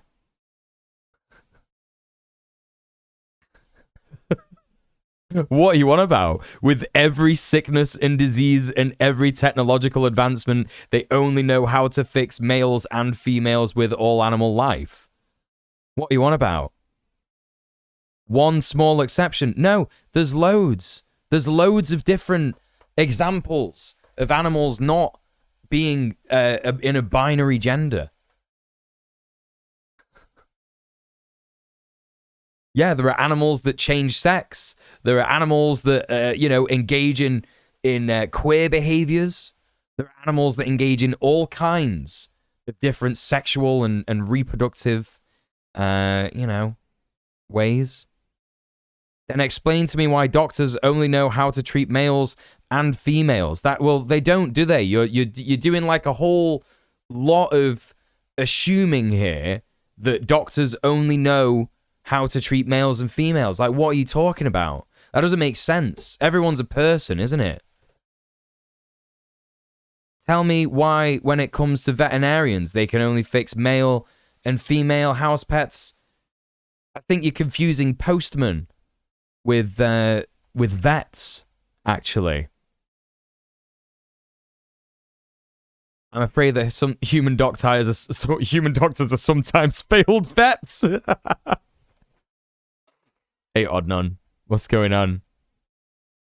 Teenage Redditor entered the chat. Yeah, I'm sorry, dude. Listen, you're new to Twitch, but what happens here is that, like, we don't really let people under 18 hang out in the chat. Yeah? We don't really let people under 18 hang out in the chat. If you want to know the answers to all the things that you're asking, you can use the internet for that, aren't you? You're on the internet right now. You can Google that. Why do zookeepers only know how to provide proper diets and medications for male and female zoo? You'll also learn how to spell if you do that. All of life, there is only man, female. But, I mean, you can keep saying it, dude, if you want, but you're just wrong. So, I could keep saying that the sky is yellow, but it won't make it true, will it? So, keep saying it, repeating it to yourself, but just not in here. Use the internet, find out some stuff. Goodbye. Maybe, I don't know, come back when you're 18. In a bit. See you later. Jeez, that guy was typing furiously. See how many... That's an unusual type of troll. That's an extremely unusual type of troll, because that guy was, from the moment he came in, furiously typing, innit? Like, every single... Do you know what I mean? Like, embracing mental delusion is not compassionate. Everything you think is delusional. There's only male and female. And male and female adults against male... Blah, blah, blah. Fucking hell, dude. Like, were your fingers worth it? For me? I missed people coming into the chat because that motherfucker was gumming up the chat. Hey, Paul, how's it going? Good to see you. Yeah, seahorses. Also, Kitty's in here. Hi, Kitty. What's up? Everybody go follow Electric Kitty. We're going to do some shout-outs real quick. Go follow Odnon. What's up? What's going on? Good to see you. Jesus Christ. I got the chat fired up. Mental delusion as opposed to those physical delusions. Yes, I love physical delusions. They're my favorite. That was the funniest bit, though, when they said there's only a male and female.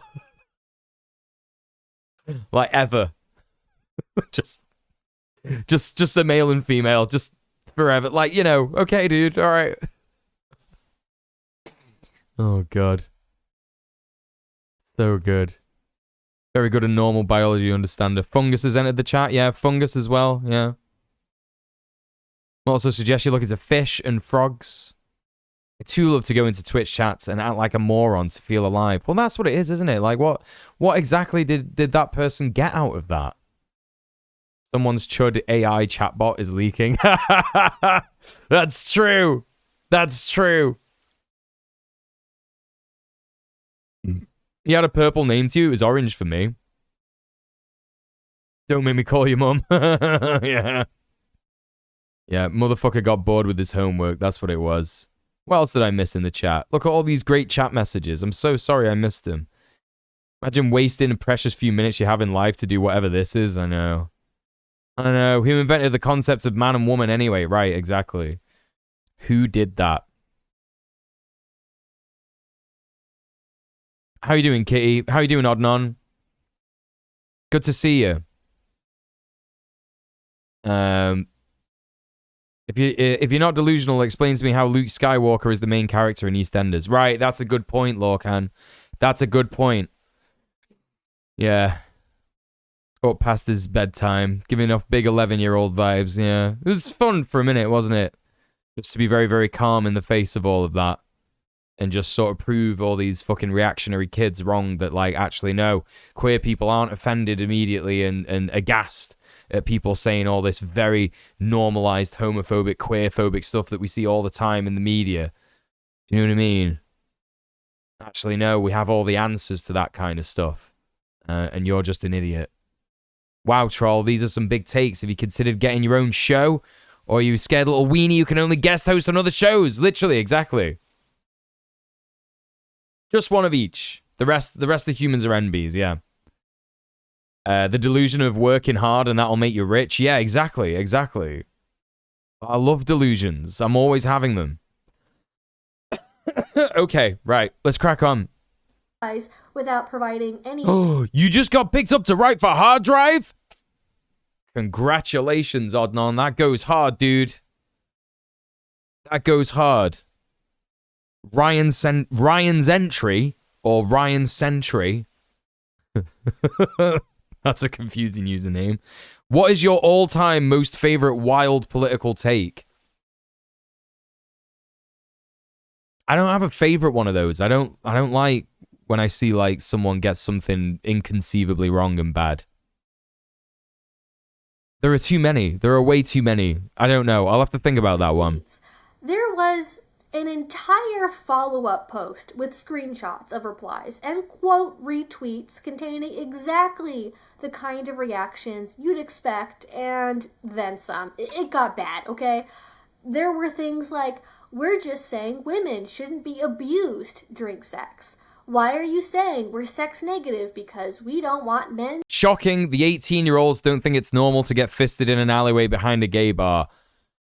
Well, the 18-year-olds are going to be shocked to find out the kind of thing that happens 3 in the morning after Pride.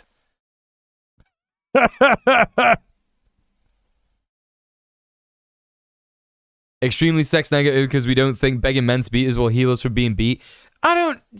These have to be TERFs. They can't be young people. They fucking can't be. I don't believe it for a hot minute. How are young people this, like, sex negative and it's just us asking y'all to stop fucking in public for 2 minutes? That person's got a free Palestine, free, I don't know what that country is, thing. Damn, people really are sex negative.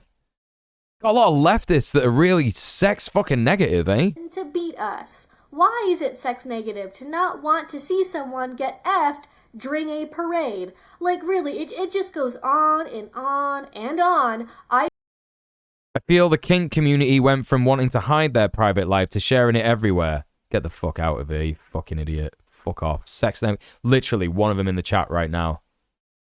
Literally one of them in the chat right now. Like, chat, I'm a kinkster, yeah? I'm into that shit. I'm not fucking going on about it all the time. You know what I mean? This is like the rare time, yeah? That I actually, like, talk about kink, yeah? And I'm going to do a video on it. I've got a video planned. I'm writing it right now. You know, done a bunch of fucking interviews for it. You know, the kink community need to share it everywhere. Their private life needs to be shared everywhere. That's some fucking dumb shit, man. I had wondered with that query about the outrageous politics bit. That's my least favorite wild political take of all time, yeah? Pride, but not in public, is one hell of a take. Yeah. This is only the second time I've heard you talk about it. Right, exactly. You know? I could read you these responses for an hour probably and still not be done. As you can see, this became about way more than just consensual non-consent. It eventually became about kink in general because, being beaten is obviously synonymous with all of BDSM ever. There was also a lot of commentary about kink at Pride and kink in queer spaces. And that is such a good fucking... You're absolutely right, Adnan. I wish people would take an extra moment to realize that the proliferation of instant global communication doesn't mean suddenly it's everywhere. That could be a good hard drive article. Guy finds out that the proliferation of instant global communication doesn't mean thing that he hates is suddenly everywhere. That could be a pretty good one. That could be, I'm just saying, you might want to, submit that to the boss. That's a pretty good one. My hot take is that shaming kinks is itself a kink, but for those who refuse to admit they have one, well, they're exhibiting degradation. They're exhibiting pro-sadist degradation behavior. Yeah? Yeah, write that one down. You can have it for free because it wasn't my idea. It was yours. You put it in the chat. I just changed it a little bit. There you go. It's also fine to be sex-averse, by the way. No, this is the thing. Like, no one who's sex-positive should be going out there and telling sex-negative people that they're cringe and prudish and all that, right? That's stupid. But also, conversely, people who are sex-averse should not be going and telling people who are sex-positive that they're too sexual and everything's gross and disgusting. Do you know what I mean?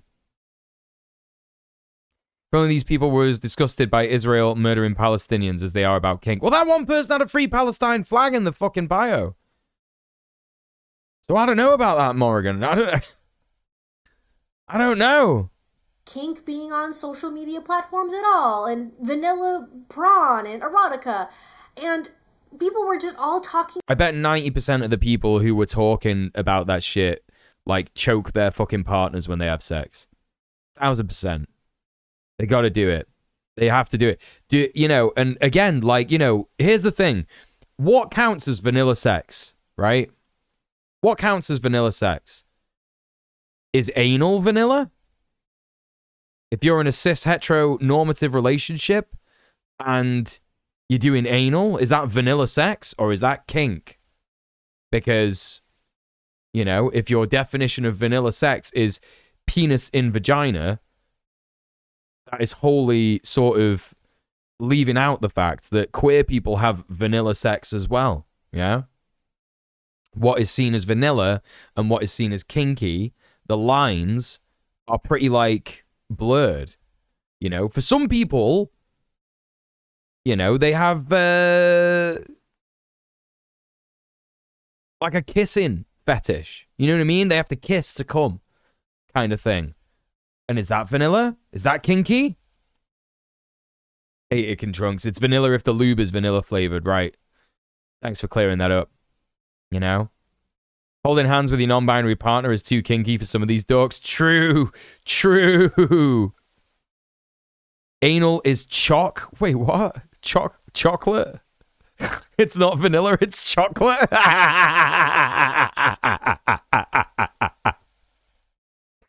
Yeah, true. Thinking about all of this all That's at true. the same time, and they clearly have very strong feelings about it. Right, is a straight guy having sex with a trans girl vanilla? Right, exactly. All these things. You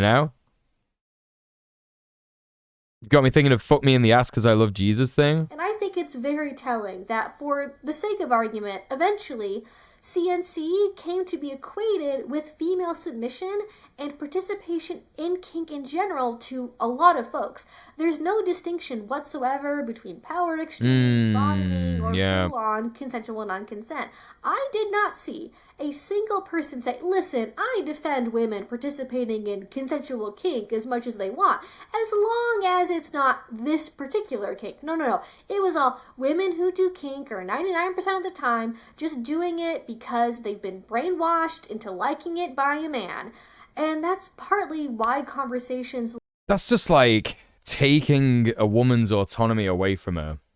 It's really fucking annoying. Like this are so when people say that shit. Because it's not a narrowly tailored rejection of one teeny little slice of what's possible within BDSM. No, it's equating one thing that they are concerned about with BDSM on the whole, Right. and they want to throw all of it in the trash off a cliff because they see it as dangerous, aberrant, and a setback for women's liberation and safety. And I don't have to tell you all this, but it is simply not accurate to portray BDSM as boiling down to nothing more than basically being about men who hate women wanting an excuse to beat them. Keep an eye on how often beating them or beating women comes up, by the way. But for the sake of verbalizing it, because I haven't seen anyone else do this. It's also like, I'm just gonna say this, right? It's also like pretty fucking rare that you will find a kink, sort of, you know, a top and a bottom, who want to engage in a scene that is like exactly the same as domestic abuse. It's quite rare. It does happen, but it's not a common kink, right? It's not common where like, a man is like a cisgender man is literally like beating up a cisgender woman, right? Or whatever, like in whatever scenario you want, in whatever configuration you want. It doesn't have to be a cis man, cis woman. It could be a trans man. It could be a queer couple, right? But it's like, it's just not that common. It's really not that fucking common. Thank you so much for the subscribe on YouTube. You know, you will get scenarios where a person wants to be beaten in a certain way with a certain instrument, or you will get someone who likes to get punched. But, you know, there are limits to this shit. Like, if you're talking about the extremely violent thing that, like, some people do go through of domestic abuse, more often than not, there's not a fucking safe word there. Yeah? More often than not, there's not a safe word in situations like that. And the person who's doing it doesn't care if they, like, hurt or kill the person that they're doing it to, right? So they won't stop, even if someone says, stop. It's just such a ridiculous take. What's aggravating is the no kink at Pride folks are all, this is oppressive to sex-averse peoples and asexuals, but they don't give a shit about asexuals. Get our community out of your mouth. Most asexuals do not care that much and support kink at Pride. They're just not engaging in it. Here's a wild thing for you all, chat. There are asexuals who participate in kink. And no, it doesn't mean that they're not asexual. There are also asexuals that have sex. Yeah? Right? So, you know, mind-blowing for a lot of people right now, yeah? Yeah, like Blue Vixen in the chat, right? You know, this is, again, when I said that, like, kink is not inherently sexual, like, it's rare that I'm going to get a fucking chubby, yeah, when I'm whipping someone. That's rare. It's really rare. Unless I'm, like, thinking about fucking them afterwards, if that's going to happen or something, right? You know? I'm ace and I participated in kink. Hell yeah. Yeah, get it. Someone whose only idea of kink is like the first series of that Netflix show Bonding, where the writers got so much wrong they took the criticism on board. Second series was partially about the characters realizing they fucked up and fixed their mistakes. I mean, you know, it's not to say that, like, mistakes don't happen in kink and people not understanding kink. My video is literally going to be about people putting themselves in harm's way because of a lack of understanding of kink and a lack of understanding of proper practice, right? That's actually what my video is going to be about. So it's wrong to say that that stuff doesn't happen, but it's also wrong to say that it's always that, yeah? Someone's idea of kink is 50 Shades. Yeah, this is it. It's like, it's not like that, and it shouldn't be like that. You know, I think we watched the Cat Black video where she dissects 50 Shades of Grey and speaks about, like, this man is an abuser. It's not just because he's a kinky guy. This man is abusive. He's coercing this woman into this, stuff because that's what he wants. But she doesn't exactly want it. She's just kind of doing it because she loves him, you know?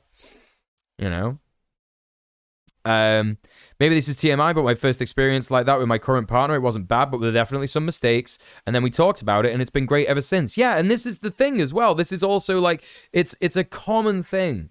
It's a common thing. And that's not TMI at all, Birdie. I appreciate you, like, talking about that because it's a huge thing to be able to understand that, like, when you are entering into these extreme scenes, these extreme scenarios, right? If what you were doing is pretty extreme, right? it's understandable for people to make mistakes because it's like, you don't get, listen, we barely get taught sex ed as it is. Yeah. And they don't fucking talk about consent in sex ed for like, you know, vanilla sex, do they? So, you know, when it comes to kink, of course people are going to make mistakes. You have to, like, this is why it's important to like become attuned to your partner and discuss and safe words, all this kind of stuff, right? So I appreciate you sharing that, Birdie. Yeah. You know, and then, you know, you have the conversation, you sort it out, and it becomes good. You know? I love Kat's video on that series, yeah. Watching S&M porn and mistaking the fictional story for the kink play. Well, the fictional story can be kink play. You know, there is role play. There is role play that's definitely good kink. You know? What's it like for asexuals to think about sex? Do they just think that looks fun? I'll participate. I know you're asking this question in good faith, Mort, so I'm going to answer it as best I can. Again, not all asexuals are sex disgusted. Yeah? There's loads of different like creators out there that you can look at who are ace, who've spoken about this kind of thing. Evie is one of them. Yeah? So click on the link that's pinned at the top of the chat. Go to her channel. Follow her. See the shit there about ace stuff. I'm not the right person to talk about it because I'm not ace in it. I'm allosexual. Do you know what I mean? But no, it's not like that looks fun, you know, I'll participate. It's not, you know what I mean? It's not like that. It's not like that. Why do I feel like these people actually have a problem with queer sex, but they associate queer sex with kink, so they're trying to find another way in which they can take issue with it while not making it about queer people? I think you might be onto something there. I think you might be onto something there. I'll explain why that's not true. Do you know what consistently the most popular topics I get asked about actually are? It's stuff like praise kink, gentle dom, and loving caregiver little or pet play dynamics where the submissive gets stickers and forehead kisses and a glass of milk before bed. A very large chunk of people do no impact play whatsoever in their dynamics or punishments. Yep. It's all ooey gooey, lovey-dovey stuff where the sub feels wanted and cared for and appreciated. But of course, for people who only know about there you go, Blue. On a theoretical level, it sure hey, Hundo man, like welcome in. How you doing? People getting bruised and dragged around by their hair. And even if that was the most popular thing everyone always did in kink, people often ignore who is the instigator of these types of dynamics. It's well known within the community that 90% there you go, Blue Vixen in the chat. It's the sub or the masochist asking to play or asking to play harder, often taking their semi-willing dominant partners along with them for the ride. But that won't matter to a lot of these kink-critical radfems, as I'll call them, because they'll blame that tendency on... When TV get it wrong, it's okay, I think, as then it creates the conversation. They usually listen and correct. Or they move on and someone else has a go. Cheers for all you do. This is educating. No, my pleasure, dude. It's my job, right? Yeah, I think I agree with you to a certain extent. You know what I mean? If like, because at the end of the day, like when people are mad that shows get stuff wrong, what they're really mad with is capitalism, right? Because if show writers have ran with a subject that they are not familiar with, they've not taken the time out of their writing process to actually talk about and interview people who are experienced and what people would call experts in the field and shit like that, that's because they don't want to spend the budget on it. That's because the producers don't want to spend that money on it and shit like that. So I agree. I think like using media analysis of a way of like actually having conversations about how to represent things correctly, I think is good. I think is genuinely good, you know? Women being conditioned into desire. Or ideally, even if she's begging they would her partner they have the time and money to do that. Spanking, that is simply evidence of how or just the time. The cultural brainwashing has gone. She doesn't even realize it's the internalized misogyny talking. But yeah, the point is that not all BDSM is about people punching each other. It can literally every single woman that I know who is into kink is a feminist. Yeah. Recognizing how capitalism makes video games worse set me on the road to communism. Thank you. Fucking thank you. I say this all the time. Every single gamer should be a fucking communist, because if you like video games, you will hate what is fucking going on right now, yeah? Do you know what I mean? It'd be good content to try and teach older folks about sexuality. What, like teach boomers about fucking queer people? Wait, what? I think we need to teach Gen Z about it as well, because they're fucking like not doing great, considering all this stuff that Evie's talking about, you know? Dress up and make believe, pleasant sensations, and expressing love and devotion in a mutual way. Yep. And even those times where kink is about pain and suffering, characterizing it as beating is a little unfair on the whole. There's a world of difference between wailing on someone without regard for their health or safety and precisely delivering intentional sensation only on certain areas of the body that... Okay, I'm gonna let you into a little bit of, you know, what I get off on, yeah? There is nothing more exciting to me as a dom, as a top, than hitting someone super hard, like building up to the point, yeah, where you get to someone's sort of like limit of where they can handle a big smack, right? Whether it's with a paddle, whether it's with a cane, whatever, something like that, your hand, but then using that instrument to like tickle them and like stroke them and kiss them and all that kind of stuff. And if they're into it, give them a lot of praise. Yeah, if they're into it, degrade them.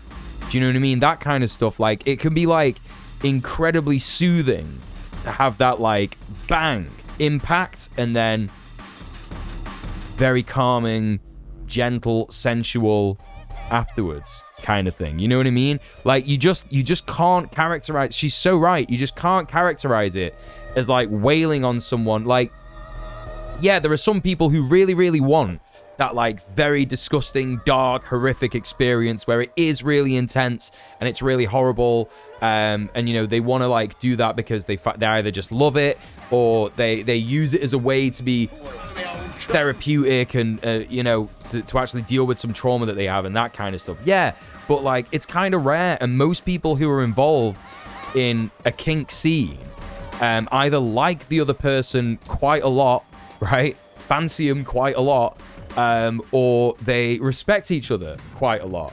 And that's the case where it's like, you know, it could be a very loving scene and a very loving situation. You can have some like really cute tunes on while you're doing it. Do you know what I mean? It's not all about like bang, bang, bang, bang, bang, bang. Is that enough? No. Like, you know, the way that these people talk about it, they make it sound like a mechanical, clinical situation, and it's not. It's a fluid, beautiful art form. You know? So it's one of those. It's people just getting this shit fucking wrong. So anyway, there's a little insight into how I enjoy kink, you know? The Jim Stephanie Sterling arc, yeah. Goddamn capitalism making the video games all woke. Yeah, no. It's bullshit. Gen Z and millennials definitely need more queer history education. So many of us don't have mentors and lost many potential mentors with the AIDS epidemic. Yeah, that's true. That's true. Mort says, I'm secretly into women taking large objects. Well, that's not a secret anymore, is it? Because you've just told, I don't know, 30, 40 people. So there you go. They make it sound like it's one defined thing that everyone does the same way, when in reality, no two people who are into, say, spanking or whatever will be into it in the same exact way and to the same degree. Yes! Literally. Literally. Yeah. Hardly anyone knows about groups like lesbians and gays support the minors, act up, or queer communities like black and brown people in the ballroom scene. Oh, no, yeah, absolutely. Yeah, it's all good, Blue Vixen. Don't worry, we know what you meant. We know what you meant. Don't worry about it. That'll get the conservatives riled up, won't it? Lesbians and gays support the minors. But actually, it's like a youth liberation project for queer youth, you know? We have some great LGBT youth groups in Ireland. It's like a godsend sometimes. Yeah, that's pretty good. That's pretty good shit. Have been agreed on in advance and have been found to produce the most enjoyable feelings. Lesbian and gays support the Minotaurs. Yeah. But again, the people we do, I about think. This stuff have never seen a BDSM scene in their life most of the time. So this is true. This is true. This is true. This is actually true. Most of these people don't even fucking like go outside. They've never been to a fucking BDSM night, and they've never had BDSM with anyone. They've never done kink with anyone. So what how do you fucking know what happens in a scene with two people that you've never met? It's convenient for their argument to paint the picture that kink is about wanton bodily harm rather than precisely controlled, although slightly unusual, pleasurable bodily experiences. But let's get back to talking about where this all started. With CNC, aka consensual non-consent, as I said a couple times now in this video.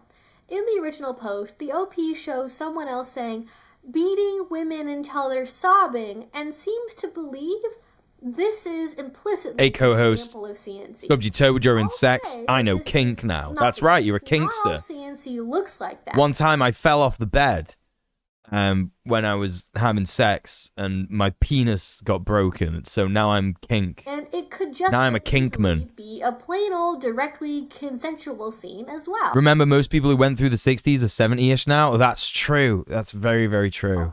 Unfortunately, it does seem like the general public's understanding of CNCs that it's a polite way to refer to R-word playing someone, and that's yeah. Also, that's such a good point. There are so many different versions of CNC that it's like so reductive and stupid to boil it down to, you know, actual sexual assault.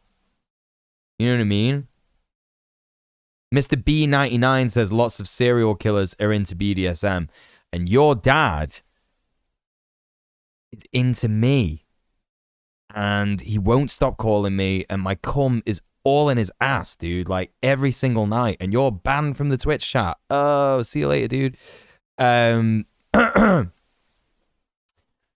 know, there's so many different like fucking versions of CNC where it's like, you know, maybe someone wants to do like a home invasion scene, right? Maybe the CNC isn't particularly about penetration. Maybe the CNC is like about sort of, you know, I don't know. You know, people get creative with it, like stopping someone from being able to eat or something, or act in a certain way, or all that kind of stuff. You know, what I'm learning tonight is CNC. A CNC mill is a whole different thing as to what I thought it was. I don't know what that is. I don't know what that is. Call me Michael Myers then. And that's a common version of it, which we'll talk about soon, but it's not the only way to do CNC. It's an umbrella label. Apple Chips video game, how you doing? I've done that scene, very fun. Yeah, right, exactly. Consent has been waived at a later point in time. This includes the CNC mill scenes as well as whole. So here we go. Things could be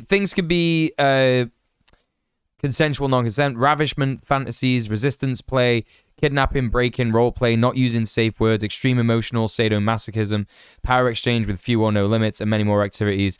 Note that not all of these are implicitly CNC, but they may be done within the CNC framework. Yeah, so, you know, like even like resistance play, like wrestling, right, is technically within the realm of CNC. It's a wood or metal working machine. CNC router is like a woodworking thing that cuts stuff. I don't know. Yeah. Don't know what that is. Like, again, you know, it's acronyms, innit? Like, you know, everyone should really know. Regulars, especially, should know how I feel about acronyms. You know? I'm not going to know what you're on about. relationships. While CNC is usually pictured as a form of extreme, It was a very resistance funny play, joke. Well, I'll have to take your word for it, doesn't won't have I? to be like that. In relationships that have CNC as a foundational tenet, being forced to eat a cantaloupe could be a form of consensual non-consent. There was a Even bit of though it's CNC in silly, the rather Neil than Breen scary, film unless you Twisted have Pair. cantaloupe phobia, I suppose. No intercourse Such a random reference. Yeah, but the Neil Breen films are like not a good metric to be measuring this kind of stuff with, because there's also actual non-consent in Neil Breen films. Technically, every single person in a Neil Breen film is consensually not consenting to be in that film. They've been coerced to be in the, to be in the fucking, in the movie with money. Computer numerical control, basically inputting a program into a laser or water or whatever cutting machine to produce parts. Oh, that's pretty cool. Yeah, nice. Nice.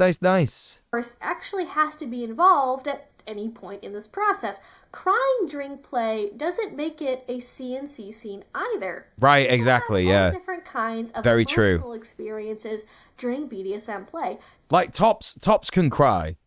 The person doing the thing to the bottom can end up crying in scenes. Like it's not uncommon.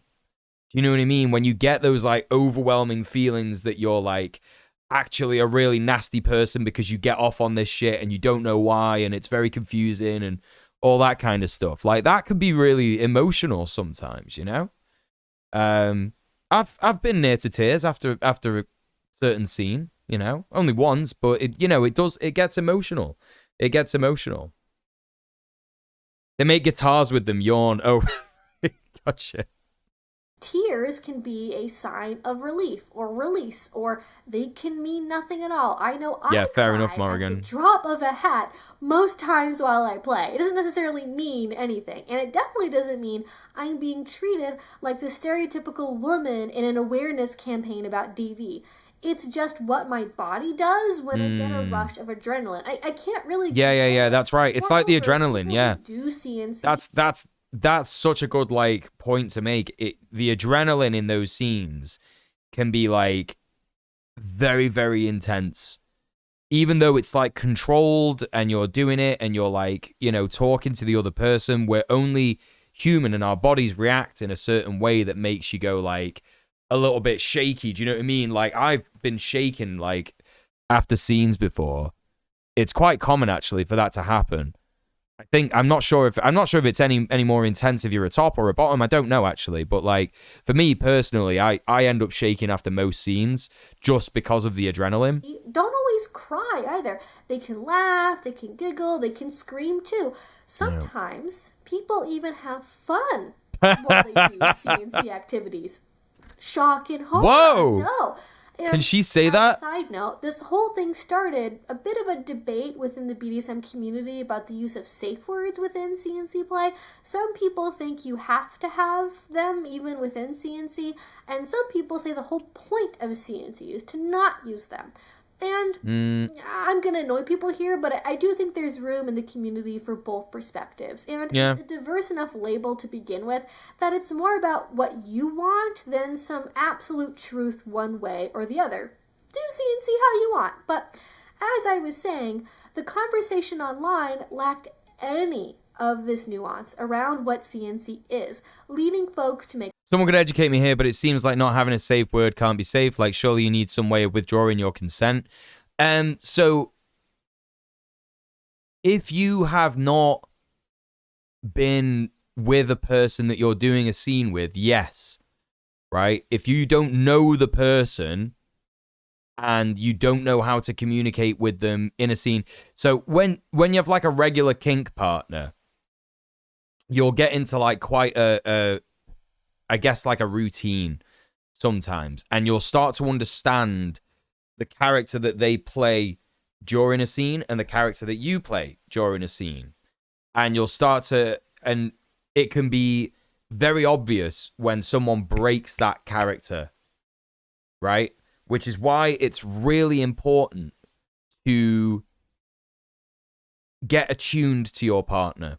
And when I say get attuned to your partner, I mean, like, this is just how I roll, right? How I roll, I'm not going to do kink with someone I just met. Never, ever, ever, ever, ever. Even if I meet him at a kink party, it's not happening, yeah? I've done it once before. I regret doing it. The person was fine with it, but, like, for me personally, it's like, it could be a bit vulnerable. You're sharing, like, a very vulnerable part of yourself with someone, and also, like, if you don't know someone well enough, you need to, like, I don't know, man. You need to be able to know how to play properly with them, yeah? And you're going to need safe words in that regard when you don't know someone too well. But when you're attuned to someone, when you've done regular scenes with them and stuff like that, if they feel comfortable to not have a safe word, and that's what it is. It's like, it's whether the person who has used the safe word previously feels comfortable to relinquish the use of the safe word, then that's up to them, right? Maybe they're not going to have a safe word. Maybe they have a safe gesture, yeah? So, like, something like that. Or, if you notice me doing this, then stop, yeah? So, absolutely, Adam, yeah. Thank you for the question. I hope that answers your question. Generally good advice to not do kink with someone you've just met.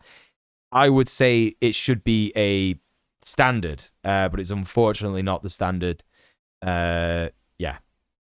Seems like the only way you should consider not using safe words is if you have a solid foundation of trust. That's what it's about. It's about trust. It's about trust. It's about attunement. It's about actually loving your, the person that you're doing this with. Not necessarily in a romantic way, but loving and trusting and caring for them, yeah? And vice versa. Keep getting gay guys in my DMs, mostly tops. I'm not sure how I feel about that. I'm mostly straight, but I might try that. Do it! Fucking try it! Try everything once. You don't know if you don't like it. It's good to be questioning. We support you. Even if you come out of the situation still straight, you'll still be, a lot more, I don't know what the word is, experience than most other straight guys out there. The same usual blanket statements about how sick it is that people want to pretend to be R-worded, and that engaging with so-called R-word fantasies is wrong, making it seem like this is a rare aberration that only occurs thanks to the indoctrination of the patriarchy prom. But what does the science actually have to say about this? If you've taken a psychology course in the last, let's say, 20 years or so, you likely don't need me to tell you about this. But so-called forced sex fantasies aren't unusual. According to researcher Dr. Justin LaMiller, over 60% of women had fantasized about R-word scenarios before, and nearly a quarter fantasized about it regularly. That is huge. Shapeshifter. This is so common anime. That okay, cool. It wouldn't be outlandish to suggest good queer rep. That at least some of the people decrying how awful acting on these fantasies are have these fantasies for themselves. And I imagine that could lead to a lot of guilt and shame if being turned on by thoughts like this feels like... Here's the thing, chat. If you have a thought like that, and it upsets you, and you go, oh my god, that's the worst thing ever, and this, that, and the other, and blah, blah, blah, that does not give you license to shame other people for, I would argue, being very bold and brave to engage in something like CNC, right? It's not something that I've done, and it's not something that I think I could do just now. Certainly not with any of the partners that I have. But, like, I don't know, maybe in the future, if I have a partner that I'm super attuned to, maybe I could give it a go for them if it's something they want. It's not something particularly I'm super into. But, like, it's a very fucking intense, emotional, like, if we are talking, like, SA, consensual non-consent, yeah, that's, like, a very deep fucking thing to engage in. But it can be very empowering. A lot of people that I know who've tried it and who've done it have said it's very empowering because it's a very safe thing, and it feels like Do you know what I mean? You're sort of defanging this like horrific thing that happens to people. It might have happened to the person who's, you know, engaging in the scene as well. And that can be therapeutic, right? That can be super therapeutic. I get a lot out of kink because it helps me to, what's the word? Reallocate trauma memory in terms of like, if I am in control of a person, they can't hurt me, right? That's how I feel about kink. If I'm in control of someone, if I've got someone tied up, if someone is doing what I say, if I'm literally telling them what to do and they're doing what they're told, then I'm safe. I'm feeling safe. You know what I mean? So it's one of those. My girlfriend once streamed about me waking her up with sex. Does that count as forced sex fantasy? Yeah, I would say that. Yeah, for sure. Because you can't consent when you're asleep, right? But you can consent before you go to sleep. Right? So you could, you know, CNC that, essentially. Yeah, absolutely. It does count as that. Yeah. So yeah, something to consider. Like a betrayal of your values and what you're fighting for. So, how do almost a quarter of women return to these fantasies again and again? Lots of reasons are suggested by the research. People with active imaginations tend to fantasize about a wider array of subject matter in general. Other studies have indicated that folks who are turned on by kink activities, like our wordplay, are turned on more by all forms of prawn, even the simplest vanilla stuff too. Rather than it being a slippery slope of no return, it seems kinky folk just happen to have a more diverse palette. Idea of somnophilia is really hot. Seekers also Is that like fantasy, due to it being is that sleep sex? Is that sleep sex? I don't know what the word is. Somnophilia.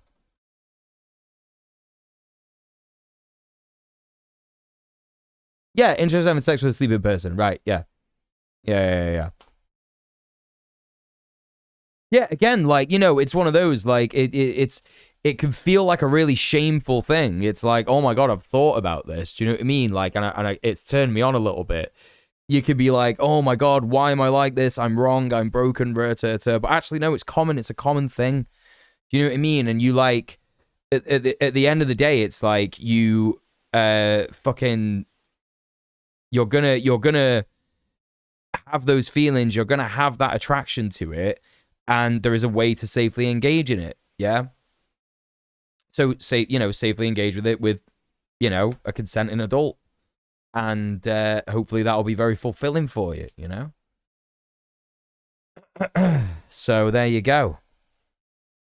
Well, that's, you know, more of a, unrelated thing more. And that's a bit, that's a little bit, like, intense just for the chat, you know what I mean? But you know, okay, thanks for sharing. Seen as thrilling and risky. Others maybe something for the vent and support channel instead of a quick look the at Twitch some of the chat. most popular tweets about this topic illuminates how this Sorry that happened to you though. Of the disdain many feel towards Get some love for more in the chat, please. While sex can be an expression of love and tenderness, it certainly doesn't have to be. Nor is that always desirable for the participants involved. The most controversial potential correlation here, though, is with trauma. The OP that kicked off this whole debate did so by snidely referring to folks who call CNC a coping mechanism. Oh, wait, no, I'm sorry. They called it a coping machine. You think I didn't notice that? I absolutely did. Yeah, you're absolutely right. Apple chips, yeah. Outcry from absolutely folks right. who do have a history of trauma and find CNC or kink play in general to be helpful. I've certainly seen that in my comment sections and interacting with the BDSM community at large.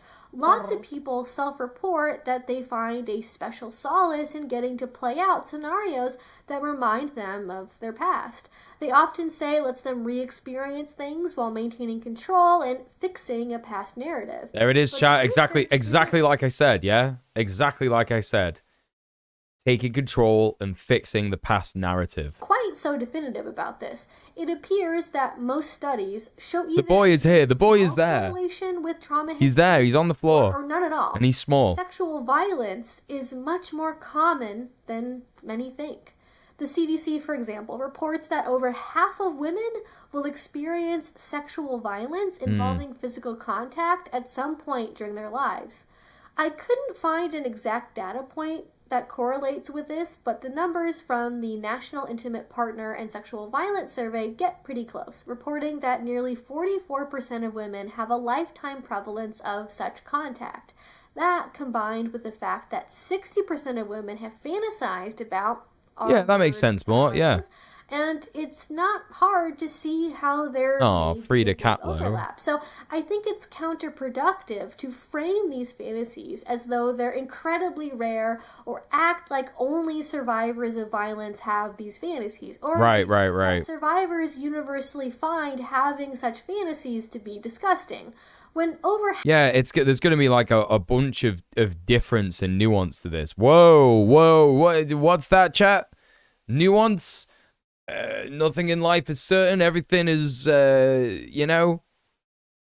variable and different and grey and nebulous and chaotic. Wow, crazy actually that happens. So yeah, you might get some people who are traumatized who don't want to touch the shit at all, and that's completely fine. But then conversely, you get people who are traumatized where they do want to engage with this shit, and it helps them a lot. So there you go. No group is a monolith. Nuance is happening. I think a lot of people cope with trauma, especially of a sexual nature, with antisocial things like porn, when if there was good research, it could be dealt with in a more social way. I don't see how porn is antisocial. Is porn antisocial? You could be watching porn with a partner. Yeah, I get what you mean, though. I do get what you mean. I think isolated trauma coping mechanisms can be good. It just depends. This is a whole other conversation. Yeah. Nuance, is that the rap metal band we were playing earlier? Yeah, sure, why not? I'm pretty vanilla, but I really like to be desired. When my girlfriend really wants me, I feel in a way I don't feel at any other sexual situation. Yeah, that rocks. Maybe that's not to do with like vanilla or kink, and maybe that's to do with like, your actual like sexuality. Do you know what I mean? Like maybe that's like you're on the ace spectrum, and you're getting the actual sort of normal feeling of being turned on when that particular scenario is happening, right? Do you know what I mean? When it's like, yeah, I know that this person really, really wants me, like wants my fucking body, right? And we're not just like doing something for the sake of it kind of thing, I don't have issues with porn, but it's easy in our atomized world to become addicted to it and lose contact with reality. I mean, I'm someone who's gooned a lot. Yeah, I'm not gonna fucking lie. I have gooned a lot. And I've also done drugs.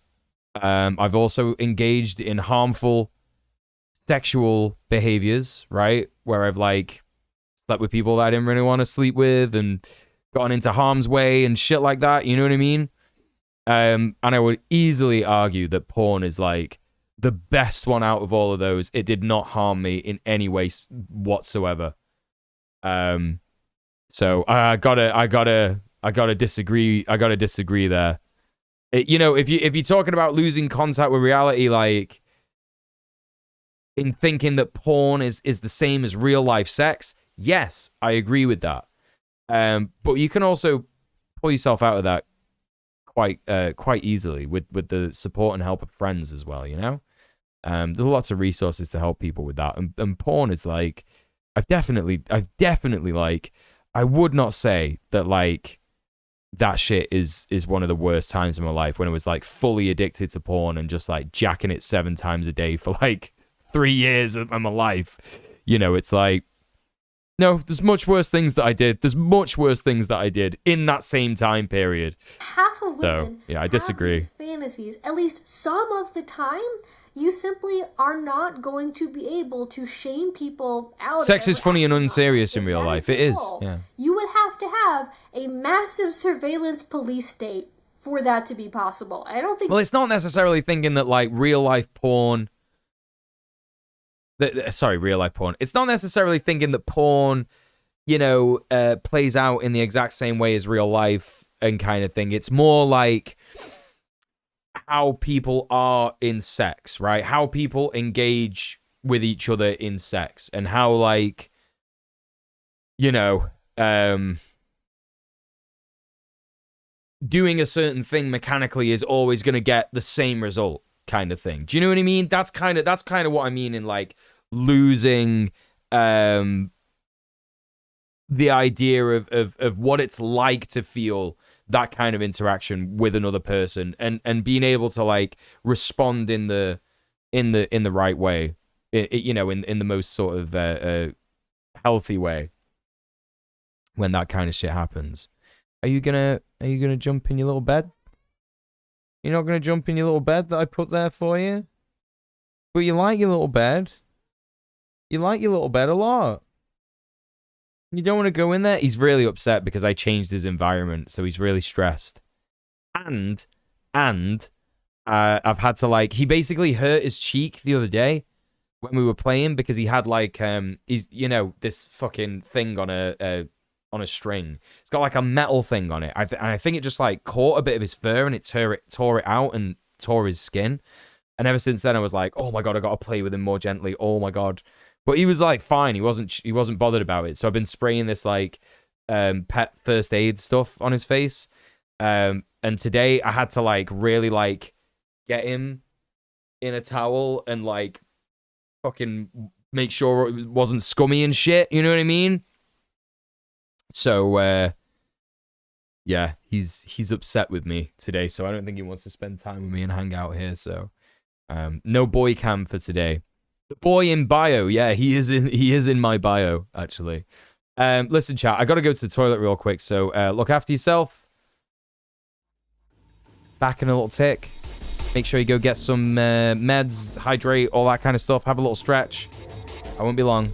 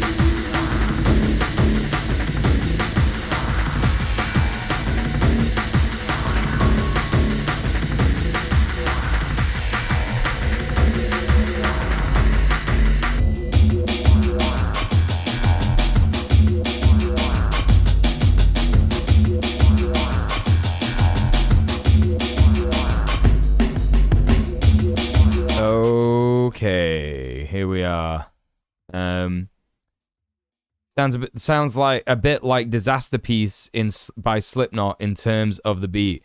No, It's that Disaster Piece has drum and bass in it. That's what it is.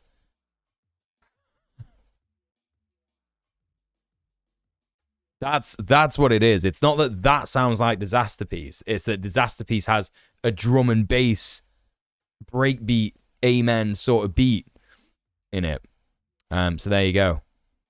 Little Tommy Towel Taco. He was a little Tommy Towel Taco. I've had him in a Tommy Towel Taco for a bit, a few times over the last week, because I needed to trim his nails, and he's still not at the point where he'll let me just, like, you know, touch his paw and clip a nail and shit like that. I don't know what Jackson Galaxy thinks cats are, man, because I have been there, like, you know, cuddling with him, stroking him, and then, like, you know, stroking his paw very gently, and then tried to get the thing out, and he just bites me, and it's like, he's just not down for that, dude. Like, I don't know what you fucking want. Anyway, back to the video. But beyond this, there's one more motivation that I see as very important and also very commonly overlooked. Researchers have also noted that folks with lower self-esteem and more attachment anxiety are more likely to report R-word fantasies. Interesting. The knee-jerk reaction, I think, is... For us, clipping cat nails is a two-person job. Oh, yeah, it's difficult as fuck doing it on your own. Gotta wrap him in a towel, get the treats out, you know. When do you usually approach him? I find doing it while they're sleepy is best. Well, you know, the thing is, Irish Lily, also welcome to the stream. You know, there's no sleepy, because if you try and do it to him when he's sleepy, he wakes up and he gets alert. Do you know what I mean? He's like, you're fucking with my nails. What you doing? What you doing? What you doing? Do you know what I mean? It's like,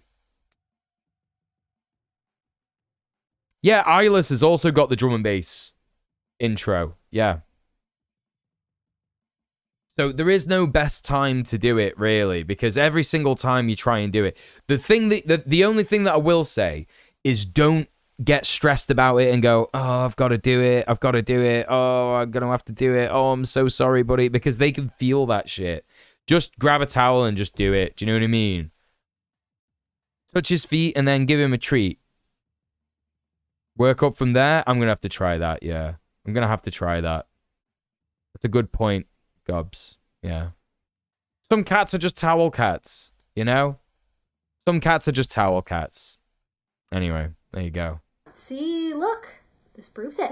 People Thanks for the follow. this stuff because they hate themselves and don't think they deserve real happiness. How sad. But I think there's actually a second, more positive way to read this correlation, but it takes knowing what form these fantasies positive often reinforcements, take to be yeah. able to get there. Part of why I consider our I got a great big Dane. I got a big Great Dane, like 160 pound.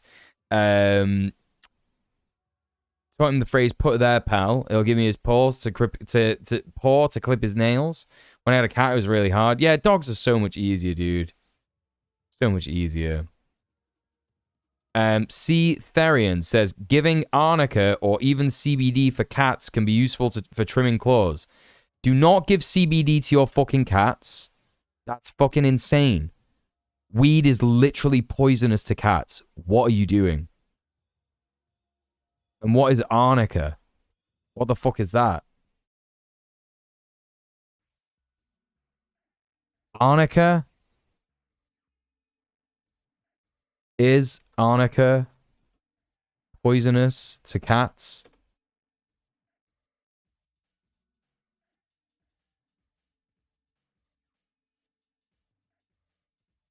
Get the fuck out of here, man. My man's trying to get fucking people's cats fucking killed. Get fucked. Fucking stupid prick.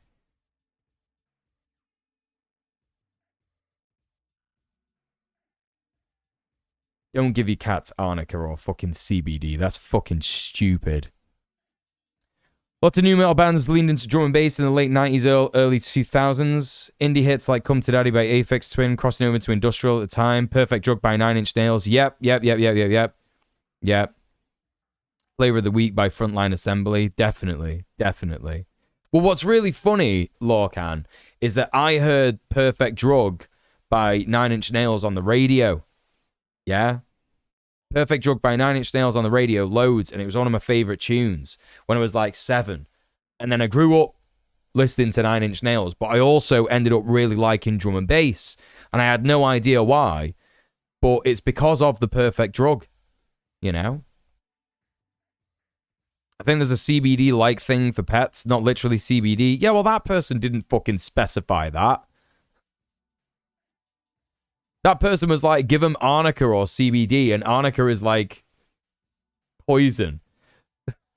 The bitter taste can induce salivation and frothing in some cats. Fuck off, man. Like, no, don't do fucking homeopathic remedies for your cats. Get the fuck out of town, man. Our fantasy. Any animals. I've said it a bunch in this video to be a misnomer. I gave CBD to my dog when she was old as fuck. Maybe that was bad. I don't know about dogs because, like, I knew a staffy puppy that ate a fucking brick of weed butter, like an actual brick of weed butter. Like, I watched it happen, and he was fine. He was just really high, really, really, really high. So yeah, that was quite funny. And prefer to use terms like ravishment fantasy instead is because the crime this desire is often correlated with has very little resemblance to the fantasy. Often the fantasy involves a narrative of, they wanted me so badly they just couldn't help themselves, or even though I was saying no, I secretly wanted it, or despite the fact I know I shouldn't enjoy it, I secretly do. It's often framed as coming from deep desire and impulse and instinct, that someone simply has to have you and won't take no for an answer. Don't think it really did anything, so didn't keep it up for long. She did live to about 20, though. Madness. That's crazy. 20-year-old dog? What is a more potent... Perfect Drug is a fucking killer song, and for some fucking reason the UK single didn't have the original version, just remixes. Had to get the single of Into the Void and have it on something other than my tape copy of the Lost Highway soundtrack. Yeah, no, that sucks. I just got it on LimeWire back in the day. I literally just got it on LimeWire, and then ever since then I've just like had it in my fucking, you know, either got like the official Nine Inch Nails YouTube, or I just listen to it on YouTube Music now, you know? What a tune. Balm than a fantasy world where you are ruthlessly, unquestionably desired. Such a fantasy also offers a convenient excuse to avoid feelings of shame or guilt about improper sexual desire. Take, for example, the well-known Christmas song, Baby It's Cold Outside. Maybe that is what sparked this debate. LimeWire be praised, yeah. The lyrics under a modern lens often provoke disgust, with at least one Twitter or Tumblr post a year proclaiming that it deserves to be indicted, saying that it shows just how sexist and awful the 40s were, and that the woman in the song is clearly being coerced. But a closer reading will reveal something else here. This is instead a representation of the lengths women had to go to conceal their sexual desire and give themselves plausible deniability. Oh, that's true. I didn't want to stay, but you see, I had to. With the snow and the booze and all of that, it's simply not my fault.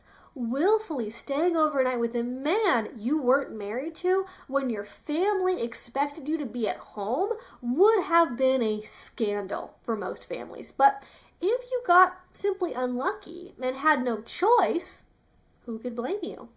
Ravishment fantasies can play a similar role, allowing folks to explore desire in a safe framework where they are less likely to be blamed, seen as loose. Or that's really cool, Mr. Dank. I want to check that out. Now that we have thoroughly explained everything there is to know about ravishment fantasies and the people who have them, let's go back once again into the fray.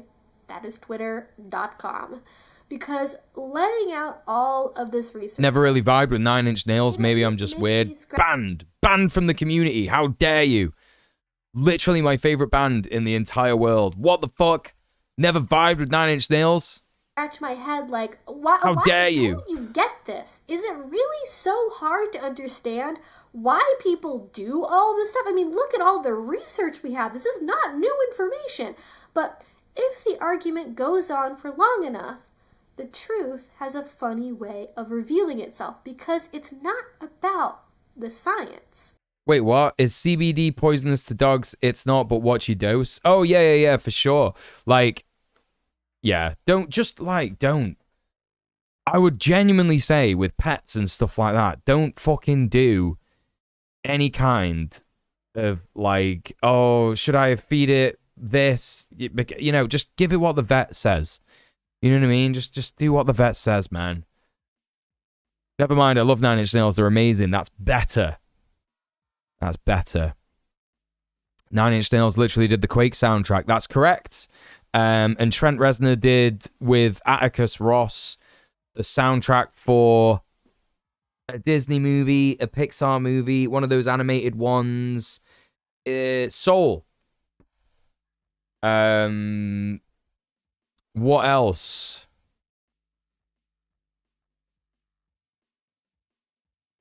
He's been on the soundtrack for a lot of films. A lot of films. There's also a great video of Alessandro Cortini playing the drum solo for Perfect Drug at a gig. Long shot from a camera specifically trained on him. Apparently, Trent added the song to their set list after Cortini joined the lineup because he was the first person who could actually play the beat. Yes, I saw that live. I saw it live. So incredibly good. I couldn't believe that they played Perfect Drug when I saw him at the Eden Project. I was like, I thought Trent hated this song. Reznor and Ross just did the new Teenage Mutant Ninja Turtles movie. Oh, you mean the animated one? No way. That's cool. I'd have loved to have a blunt with my old puppa Lucky. Could have maybe done wonders for his arthritis. Maybe. All I know about Trent Reznor is that he did a song with Bowie. He didn't just do a song with Bowie. He was very good friends with Bowie. And he made a song about his death, actually. About how he felt about his death. And it's called... Oh, it'll come to me. I've forgotten. Completely forgotten the name of it. But, yeah, it's really good. Yeah, they were good friends. And both of them are good friends with David Lynch as well. Which was really funny because I've always really liked David Bowie. And I've always really liked David Lynch films. And I've always really liked Nine Inch Nails. And it was only really recently that I heard that they were all friends and they all like did loads of stuff together.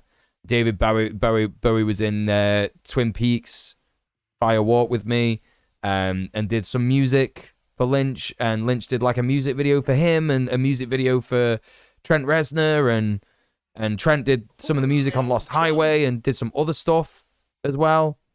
What the fuck was that?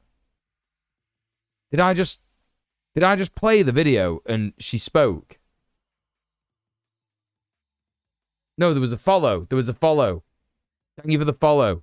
Appreciate that. That really freaked me out. I thought that it unpaused on its own. I was like, what was that?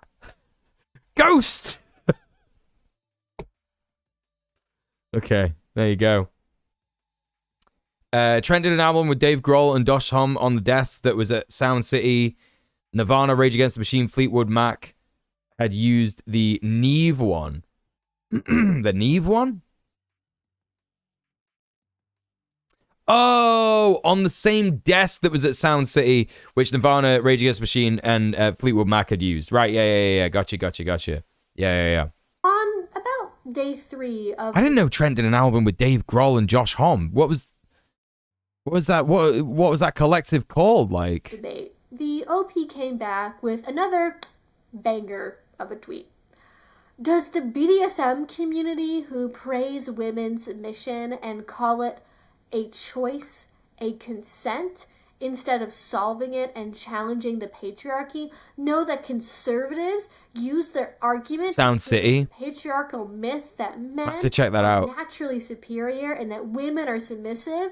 Y'all are truly agents of the patriarchy. This is the dumbest shit I've ever seen in my entire life. I'm so glad that I wasn't unbanned on Twitter in December. I was on my alt account, so I didn't see any of this shit, but I would have been losing my fucking mind if I'd have saw this Firstly, shit. I would love to know what this person's idea of, quote, solving it is. Like, Real to real is what they called if it. you Gotcha. have one, why Thanks, don't Paul. you share with the class, since it's so obvious what the solution to patriarchy is? I think this post is simply quite telling.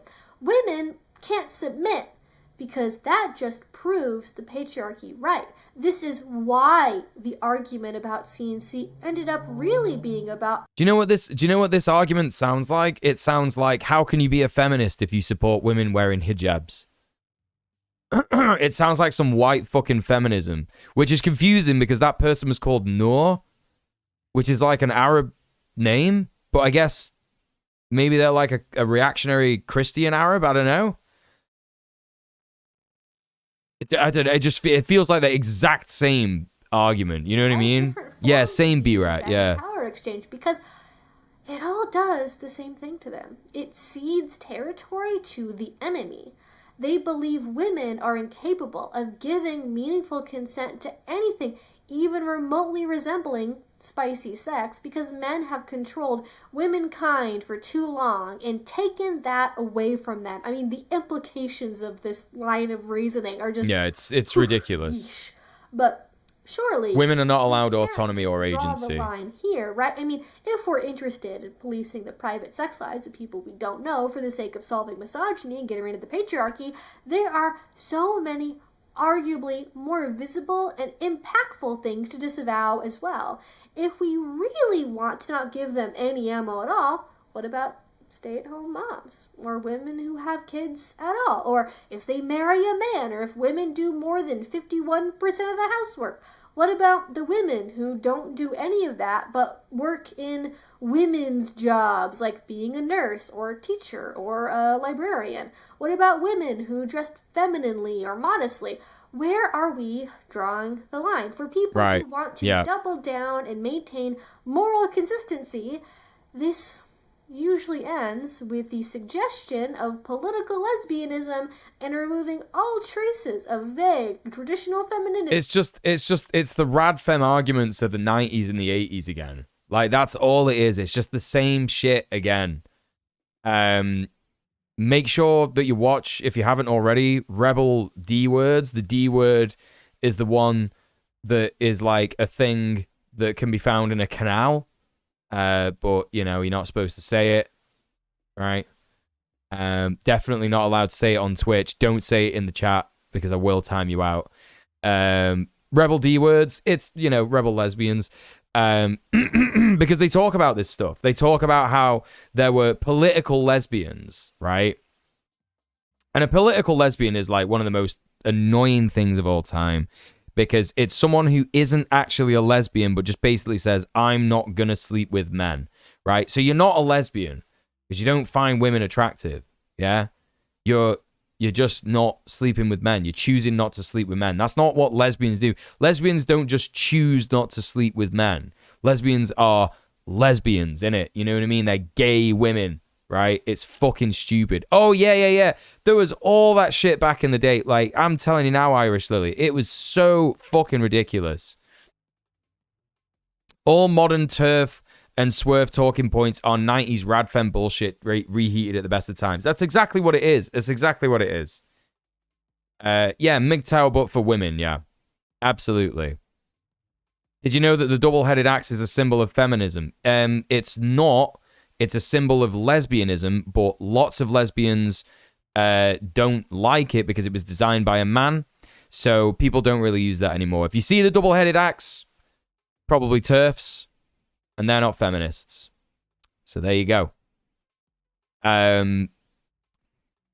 Lest we forget, political lesbianism was founded by nuns. Yes, literally nuns. Yeah. The related idea of gold star lesbians are fucking vile. Yeah. Well, there's a pretty funny there's a pretty funny fuck you to gold star lesbians and gold star gays that I like to say that I am, which is a gold star bisexual, because I've only ever had sex with every gender. So there you go. That's that, isn't it? Anyway, yeah. Rebel D Words, Rebel Lesbians. Really, really good. And it touches on that. It touches on how political lesbians were trying to police how actual lesbians interacted with each other, you know, especially in the leather scene and all that kind of stuff. You know, that's amazing. Yeah, it's pretty good, isn't it? It's pretty good. I can't like, you know what I mean? I can't take whatchamacallit for it. I can't take thingy for it. Every gender, that's a lot of genders, right? Exactly. But that's the joke of it, right? That's the joke of it. Like, if you could be a gold star lesbian, then you could be a gold star bisexual, can't you? If you could be a gold star, yeah, it's stupid. Got a full Pokedex, yeah, full Pokedex. I spotted a Labrys two-headed axe in reference to Bound in the Matrix Revolutions trailer, but that shot was removed in the final movie. I wonder if that was because of the Radfem connection. Yeah, maybe. Well, a lot of TERFs use it nowadays. A lot of TERFs use it.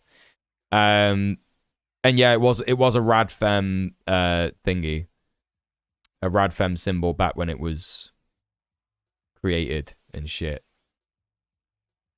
Got my facts wrong there. My bad. I've had some beers. No, it's all right. Don't matter. From your life or outward appearance. You are no longer allowed to care about any of those things. That didn't have the staying power the last time we suggested it a couple decades ago. So I'm not sure where they think this is going to end up. And one thing here that I have not heard anyone else... The story of people being sex negative around kink and being anti-kink and stuff like that is always the same story of... I can see these people having a really cool and fun time, and I don't like that. Right? That's exactly what it is. When people see people like dressing in leather, you know, with like fucking harnesses on and that kind of stuff, and they're like, you know, getting scared of it and shit like that. They're not getting scared of it. They're getting scared because they're looking at it and they're going, that looks pretty hot, actually. That looks really hot, and I kind of want to get involved, but I can never say that out loud because I'm a fucking, you know. Say is this. Ultimately, I'm a knobhead. Acting like this can be solved on an individual psychological level instead of a societal one is misguided. The problem doesn't originate with individual people.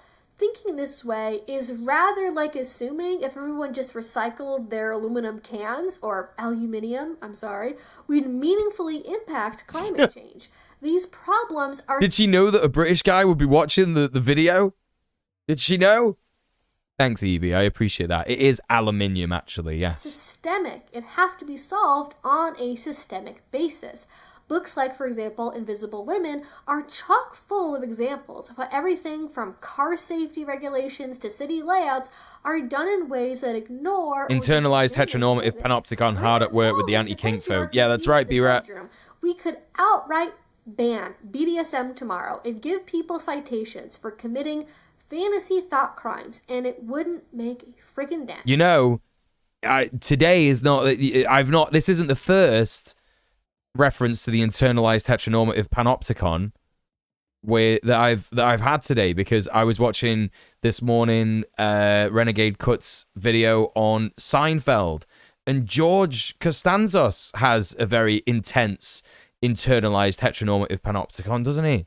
He's terrified of appearing gay. Probably because only British people are annoyed by it. I just think that if you drop a couple of syllables from a word and try and make out that that's the actual word, I think that's quite lazy, you know? We've got to think bigger than that, folks. Robust, comprehensive sex ed based on actual science that emphasizes consent would be a fantastic start. We could also think about, reforming our criminal justice system, maybe making things like stealthing or cyberstalking. No reform. Abolition. And revenge prawn actual crimes. And especially with the impending age of... But the thing is that she's talking about quite radical ideas in general, right? She's talking about actually abolishing the patriarchy and the work needed to be done for that. And that's why this is in the lib nonsense section, because the people who are responding to things like kink and CNC and saying, this isn't how we do, blah, blah, blah, that's liberal bullshit. It's liberal fucking bullshit. There's nothing radical about it. There's nothing progressive about it. Trying to make people ashamed for practicing kink. It's like baby leftism. You know what I mean? AI and deep fakes, we're gonna need some regulations sooner rather than later. And that's more or less where I want to end things today. Hopefully this made some sense. Actually, I have a video that I got started writing after I made this one that I think will be a really interesting follow-up video. Cool. Because though this segment of Twitter, this like kink critical rad femme part of Twitter, is very concerned with like not giving ammo to the enemy and the patriarchal overlords and things. Don't give ammo to the enemy. Surprised. It's the same argument as like no kink at Pride. Don't give ammo to the enemy. Shut the fuck up, man. They're gonna have that fucking anyway. Often they will cite people that you would think they would disagree with more than anything in an effort to discredit kink and to make it sound dangerous. So prepare for that video when that one comes around. I would love to know what your thoughts about this topic in a comment down below. Did you see this happen over Christmas? Were you on Twitter or are you just hearing about this for the first time? Again, would love to hear your thoughts in a comment down below. Leave her a comment. If you did enjoy this, you can go ahead and subscribe to my channel. I make videos twice. There we go. We did the, you know. We did the video. We did the liberal section. Yeah. Twitter discovered CNC. The biggest debate at the Daily Wire. Shut the fuck up. Not ready for you yet, Michael Knowles. Evie streams on Twitch. I did not know that. What's the channel? Hey, Willada, how's it going? Hello, everyone. I'm late, as I don't care what Big Ben says about time. Well, that's very cool. You're like a time abolitionist, aren't you? Evie Lupine is a Twitch name. Oh shit, I did not know. Evie Lupine. There you go. Go and give her a follow. She was streaming Cyberpunk.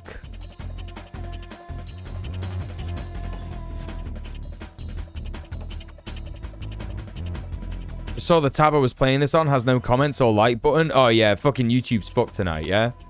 YouTube's fucked tonight, right? Time is literally a social construct. True. It's true, and you should say it. Right, okay, chat. We're going to laugh at some conservatives next. How about that? We've gotten stressed with the libs. And now it's time to laugh at some right-wingers. So, I'm not going to be pinning the video at the top of the chat. It's not going to happen. Because I don't care whether these people get more views or not. I hope they get less views.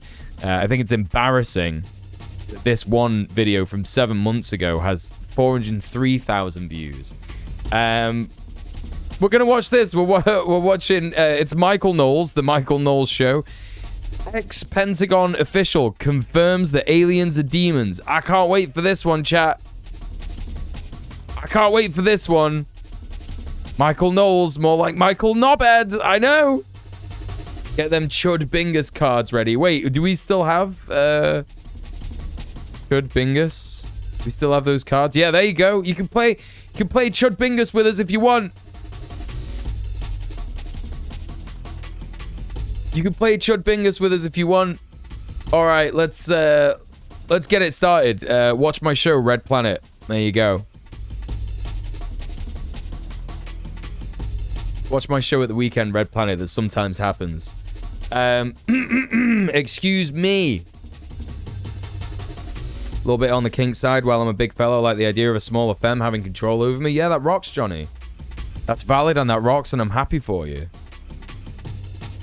Real talk, when I first started hearing about Michael Knowles and Matt Walsh, I would regularly mix them up because they're so similar from a rhetoric standpoint. Yeah, they're just fucking bullshit reactionaries with no actual scruples or morals, you know? All right, yeah, serious man in a jumper time. Let's see what he's got to say.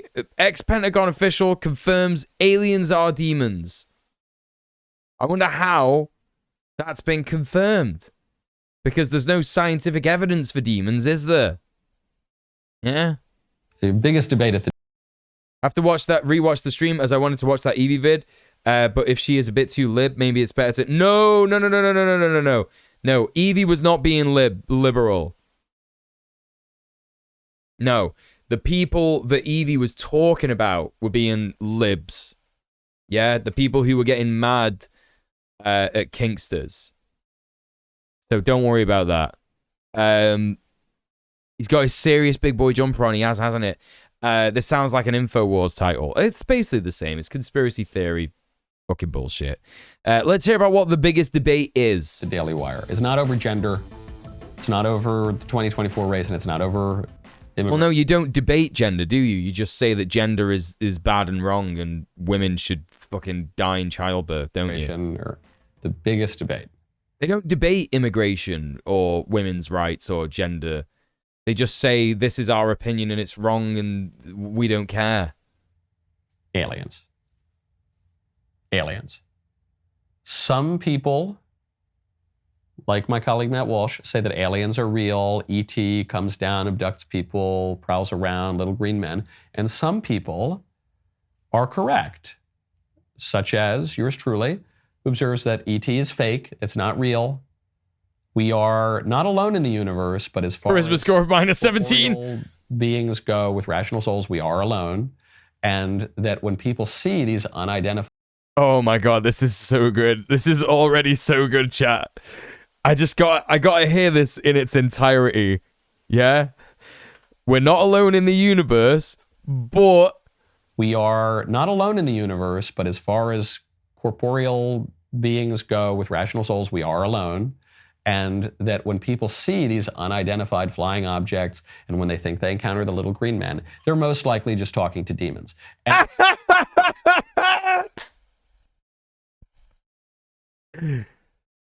this is fucking excellent. And it's amazing. People make fun of me for this. I wonder why, dude. People make fun of me for having this completely insane opinion based on zero empirical evidence or data. It's crazy that people make fun of me for this. But the reason people make fun of me for this point of view is because they are moderns. They're modern secular libs. No, it's because you're talking shit. It's nothing to do with contemporary people disagreeing with you. It's because you just said that aliens are demons, dude. There's no evidence for that whatsoever. Aliens they're just demons for modern lib people who can't imagine that there's such a thing as metaphysical reality.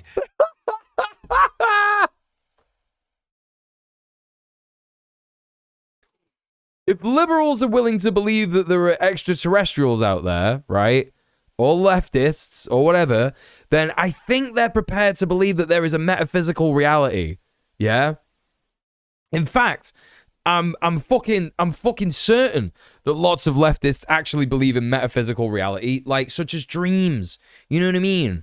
So it's for people who are materialists who think that everything that's real has to be flesh and blood, which obviously isn't true. Some of the most important things in life are not material. Hopes, dreams, love, mathematics. There are plenty of things that are metaphysical. He's trying to shit on dialectical materialism by saying that aliens are demons.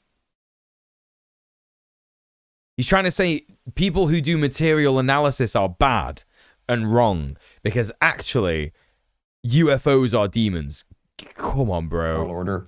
But we have convinced ourselves in this unsophisticated day and age that it's all got to be physical. And yeah, leftists think maths aren't real. So even the celestial beings have to be physical. They can't be merely spiritual. Now, there's a fella. Mathematics can be material, yeah. This is reported by the New York Post, though I got to give a hat tip to Popehead here. Oh, shit. I'm certain that this is a square. New York Post, like confirmation bias article or some shit. I don't think I've got that square.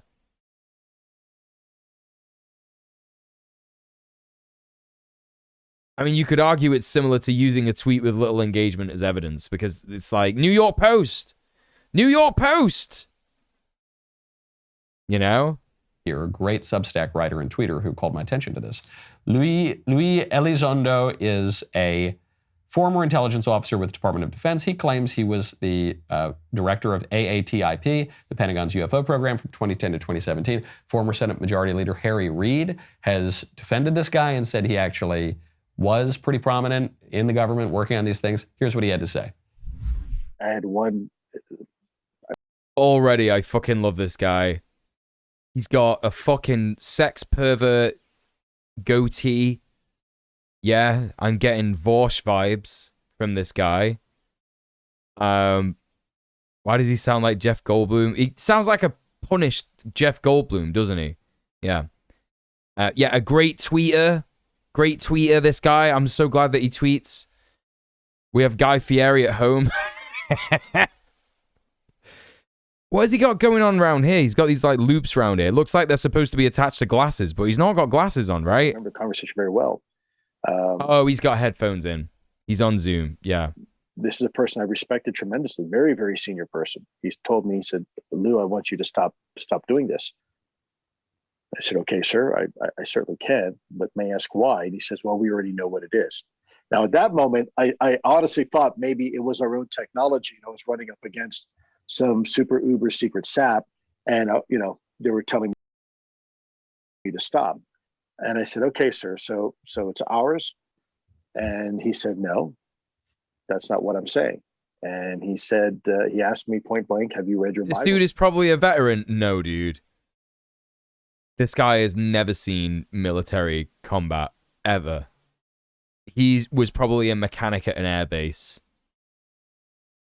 That's probably the fucking... I mean, yeah, that counts as a veteran, right? That counts as a veteran, but he's not been to, like, Iraq or some shit. And I wasn't quite sure where he was going with that. And I said, well, sir, I think I know what it says. Where are you going with this? And he said, well, then you would know that these things are demonic, and we should not be pursuing them. That's so based on the fact that your commander, yeah?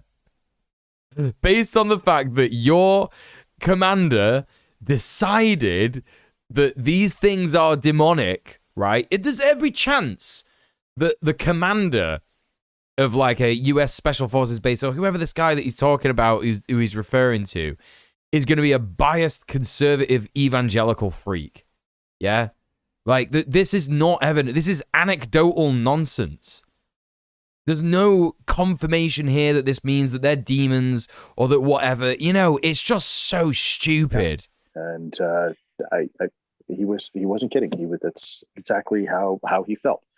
So this is a Pentagon. It's exactly how he felt. It's exactly how he felt. Key word there, how he felt. Yeah? Hey, 3 geese in a trench coat. Can I get huggers? I'm Sag. Let's get some huggers for 3 geese in the chat. Some love in the chat. Hey, Mr. Fishy, good to see you. Good to see you. This guy will be booted off InfoWars for being too crazy. It's true. This is a Department of Defense official saying, stop looking at UFOs because they're demonic. Correct. And this fucking like knockoff Seinfeld is out here being like, aliens took my eyebrows. Yeah, that's right. Fucking knockoff Seinfeld is over here like, correct. Whoa. So good. Correct. Not only is this senior, apparently respectable Pentagon official who is so admirable that one of the guys who was running the UFO office there really looked up to this guy, but it's correct. It's all just subjective opinion. No, this is Michael Knowles. He's like a Daily Wire talking head conservative idiot. Yeah. And that's obviously what these things are. Now, when you want to fight off terrestrial things. What do you mean, dog? What do you mean that's obviously what these things are?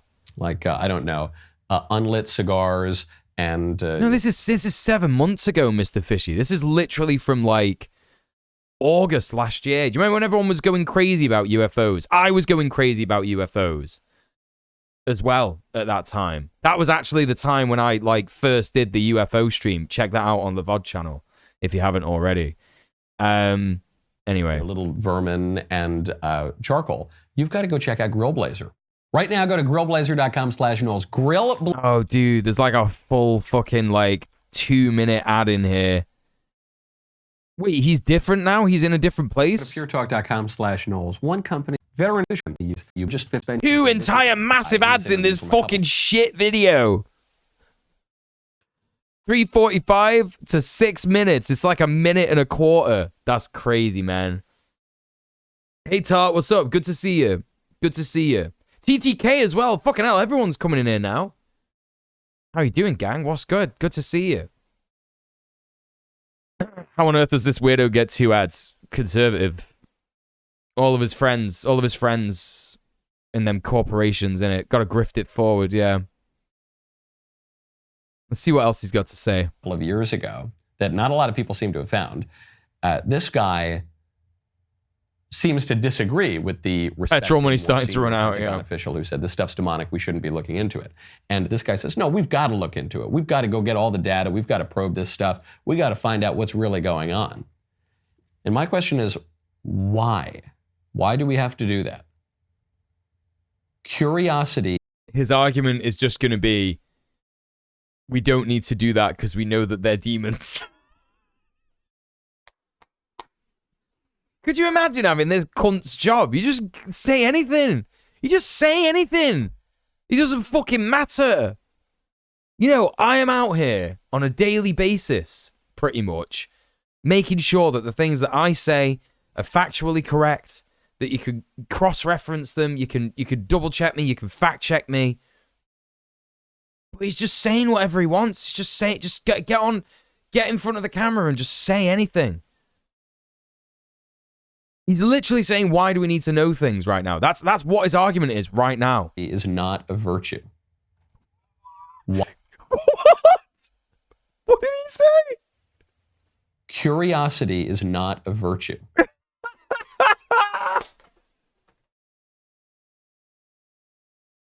He's actually doing...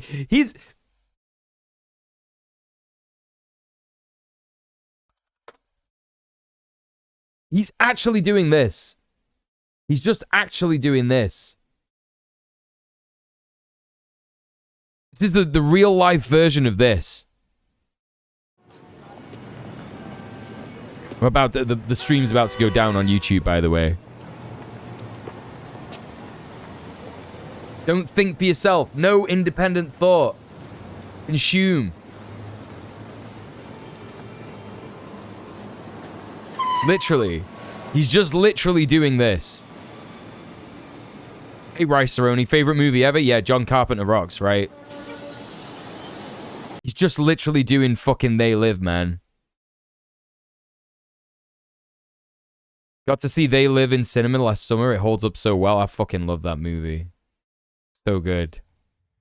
Why should we do that? There is more in heaven and earth, Horatio, than is dreamt of in our philosophy, and certainly the desiccated modern philosophy that ignores metaphysical things.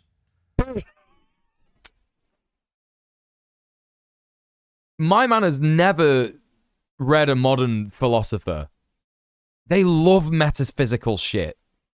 What are you talking about, bro? They love metaphysical things. So incredibly good. He's going about this in a Christian way. That's what it is. That's exactly what he's talking about. Why? Why are we going to do this? If there were, which there is not, a super race of extremely intelligent ET that are coming and they can mess with us and they can... That's what it is. That's the real agenda behind this, yeah? That's the real agenda behind this video. It's, you know, there's no one smarter than a cisgender, white, heterosexual man. You know? You need to change the little bug in the bottom corner. This show is the Michael Knows Nothing show. Wait, what? Michael Knows Notion show? Wait, what are you on about? Probe us and they can cross the galaxy and they can go faster than the speed of light. They can do all this crazy stuff. Their technology is so much more advanced than ours is. Did you mean Michael Knows Nothing show? Is it a typo? I was right the first time, wasn't I? You were typing Michael Knows Nothing show. You know, that'd be like a squirrel trying to beat an army. of human beings. I mean, if we're that much stupider than these things. These motherfuckers can't like conceive of anything like a successful revolution, right? They can't conceive of anything like a successful revolution because they're not leftists. They're like, yeah, just submit. You can't fight against that shit. So there's no point. So let's just pretend that they don't exist, right? Things, then we're obviously not going to beat them. If they're demons, thanks for the then follow. we should want nothing to do with them. C.S. Lewis had a good bit on demons, which is, he said, the right attitude toward demons is that you... So now we're framing the conversation to be about demons based on an anecdotal piece of evidence from a guy who, yeah, worked for the Pentagon and had a commander say this to him, but still an anecdote, still possible that the person who said this to him is, you know, just completely absurdly evangelical Christian brain poisoned. You should know that they exist because there is spiritual reality. We are body and soul. We're hylomorphic composite beings with a rational soul. He's just saying whatever. That's why we have an appetite and we have to eat food and drink water to sustain ourselves. He's doing science now. Alone, and we can use our abstract reason and moral judgment to think of things like justice or art or culture or opera. Or, I don't know, right? We can do both those things. Certain beings are purely physical. They don't have a rational soul, like a rock. Even the animals, they don't. Whoa! What are you talking about? Rocks now? What are you on about, dude? Purely physical. They don't have a rational soul, like a rock. Even the animals, they don't have abstract. Hang on a second, dude. So you're right, okay, what he's trying to say is that humans are physical and also metaphysical. Okay, I think I understand what he's saying. It's just that someone needs to stop letting him cook. Yeah, he did call a rock a being, yeah. He did. He did call him, he did call rocks that. Bit of speciesism. Even Catholicism has left that behind, yeah. Hylomorphic. This dude is on Greek philosophy. Reason. We don't put them on trial. We don't put a dog on trial when he bites you, okay? That's why. And then on the other side of things... No, dude. No, what? Oh, what? So he's like making the argument like, oh, a dog bites you, so we just fucking kill it. And that's fine because a dog doesn't have a soul. Like, shut up, dude. You never watch All Dogs Go to Heaven? Hey, Ellie Simone, how you doing? Welcome in. There are beings that are purely physical. Ideas are physical, and... Ideas are physical, are they? An idea is a physical thing. Is that what you're saying? Is that literally what he said? That are purely physical. Ideas are physical, and...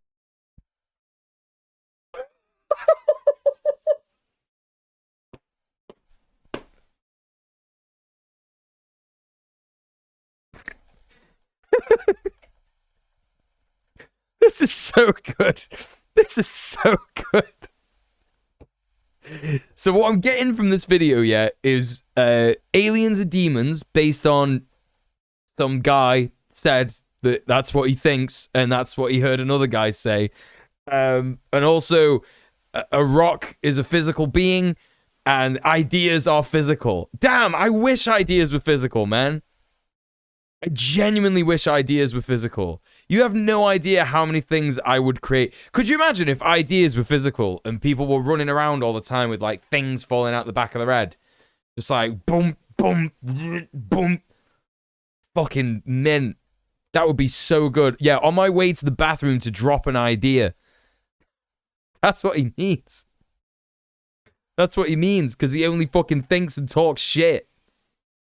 So good, man. This is so good. He's literally, that's all he's doing. He's literally running out the clock so he could get the ad revenue. Literally. Taking it to a 9.5 minute video so that Daily Wire gets that dough in. You know, 430,000 views. Boom. Let's go. 430,000 grandmas and fucking loser incels are watching this shit. You know what I mean? And angels and demons are physical too. And everyone has known this for all of history. Angels and demons are physical too. Everyone has known this for all of history. Okay. Modern, Western, liberal, secular people. But you were just calling them metaphysical a while ago. Not even a while ago, actually. A minute ago. Like 100 years ago. So if they are demons, they just left this all in. They didn't even cut that out and say, Michael, you got to do that bit again because you were wrong. You directly contradicted yourself. You directly contradicted yourself in the video. Like you know? Then C.S. Lewis points out the right attitude is know that they exist. I love that he's referencing. He's like, philosophers, meh.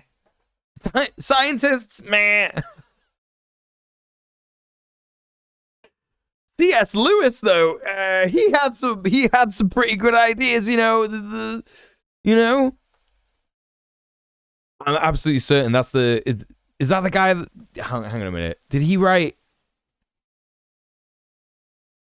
I'm certain that he wrote Alice in Wonderland and there was like racism in there.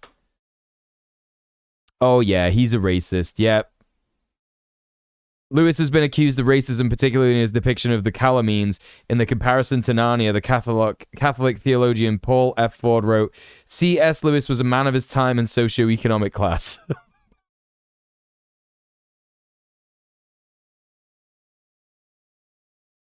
If angels and demons aren't physical, how do you explain all the remains in museums across the world? Yeah, it's true. That's true. You're right. Exactly. Oh my God, so good. You know, they're trying to prey on souls, tear you down to hell, and give you a bad eternity. And so, whoa, who's trying to do that? Attitude is know that they exist, be on guard. You know, they're trying to prey on souls, tear you down to hell, and give you a bad eternity. And so we should know that, but we shouldn't be too curious about. You should look up the first edition of Charlie and the Chocolate Factory. That's Roald Dahl. That's not C.S. Lewis, but Roald Dahl was horrifically racist, yeah. So it's kind of like bugs. I don't know, when you've got bugs in your house, you've got to be aware of that and take care of the problem and like keep them from coming in and kill the ones that are there. But you don't want to spend a lot of time with them. You know, you don't want to spend your whole day thinking about the bugs, being around the bugs. You just want to get rid of them, okay? And that's...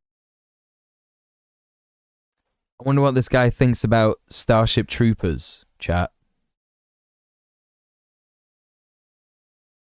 I wonder if this guy thinks that the bugs are the bad guys in Starship Troopers.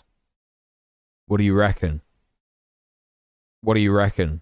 That's how I feel about aliens who are really demons, as the Pentagon even admits. Boy, wasn't that... That was so good. That was so fucking good, chat. That was easily one of the best things I've ever seen in my life. He's not seen it. Yeah, that's true. That's true. This shit is why I have absolutely no problem dehumanizing right-wingers. Well, it's pretty funny, right? It's actually pretty funny. Identity politics is the squabbling... Oh yeah, you heard it, folks. ...by people's spar... You heard it, folks. Identity politics. Thinks is an overstatement for what Michael Knowles does. That's right, apple chips, yeah. Yeah. He was drowning at the end, yeah. Love when Europores use their welfare internet to shitpost about America. Europores. Well, you got that right. I am European and I am poor. But my internet is not welfare. Where have you got that? Where have you got that from? Where have you got that from, dog? Level 100 gaslight.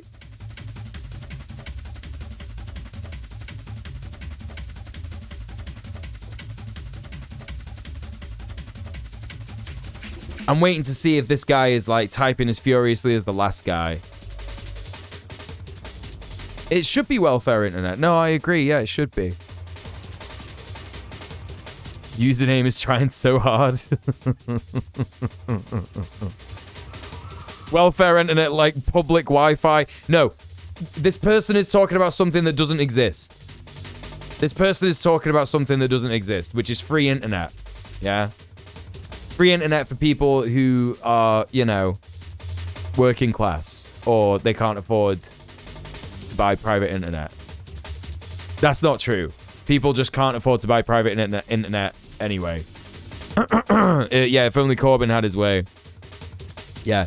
Okay, so this guy isn't on the same level as the other guy that was in here earlier, who was typing up a storm of fury. Absolute fucking typing up a storm, destroying his fingers. You know? Might as well have named yourself Triggered Lib 2016. I get really mad at truly evil people like Knowles, but then guys like this come in and remind me they're all pathetic fucking losers. Yeah, literally. There's nothing to worry about these guys. They're sat there, they're literally at their PC and they're going around leftist channels going like, I got banned from all the leftist channels, that means I'm right. Fucking jacking himself off into oblivion at the same time, like, ugh. Fucking gooning so hard at getting banned in the leftist channels, which is why I don't like to ban them, actually. You know, because that's giving them what they want, isn't it? That's giving them what they want. He's trying his best. He'll get a witty comeback in half an hour. Yeah, probably. Hey, Carpe, what's up? Good to see you. Everyone, please go follow Carpe Pax. Very, very cool streamer. What's up, dude? The more upset you are, the more correct I am. Yeah. Right.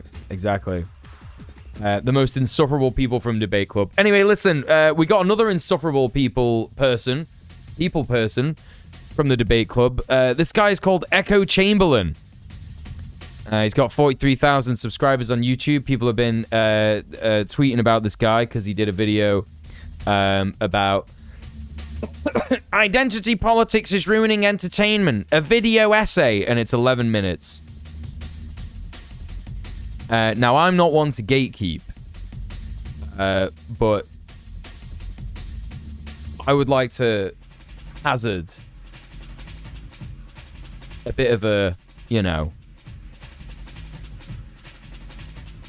I would like to enter into a little bit of constructive criticism here. I do not think that 11 minutes. I do not think if you were able to get through an essay length script, right, which is what a video essay means, right? It's like an essay length script, right? You know, with references and sources cited and all that kind of stuff. If you're able to get through an essay length script in 11 minutes, not only have you either got the fastest mouth in the entire world, but you also, no one would be able to understand what you're saying. Got to keep it short because no one can hold attention for that long. It's true. I wonder if he's going to define identity politics. I think he attempts to do that in the beginning. So let's humor this guy. What's the description say? Quotas, colorblind casting, snubbed source material, and character swaps. Identity politics in entertainment. Okay. If you say so, dude. Is the squabbling and pissing match. Echo Chamberlain. He really thought he was funny, didn't he? Really thought he was funny with that one. Identity politics is the squabbling and pissing matches brought about by people sparring over representation and interpreting society in terms of gender, race, and sexuality. Okay. I wonder if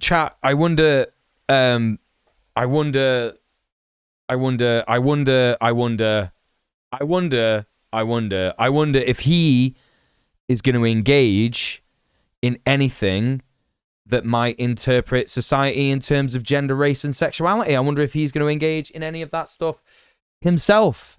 What do we think? What do we think? Yeah.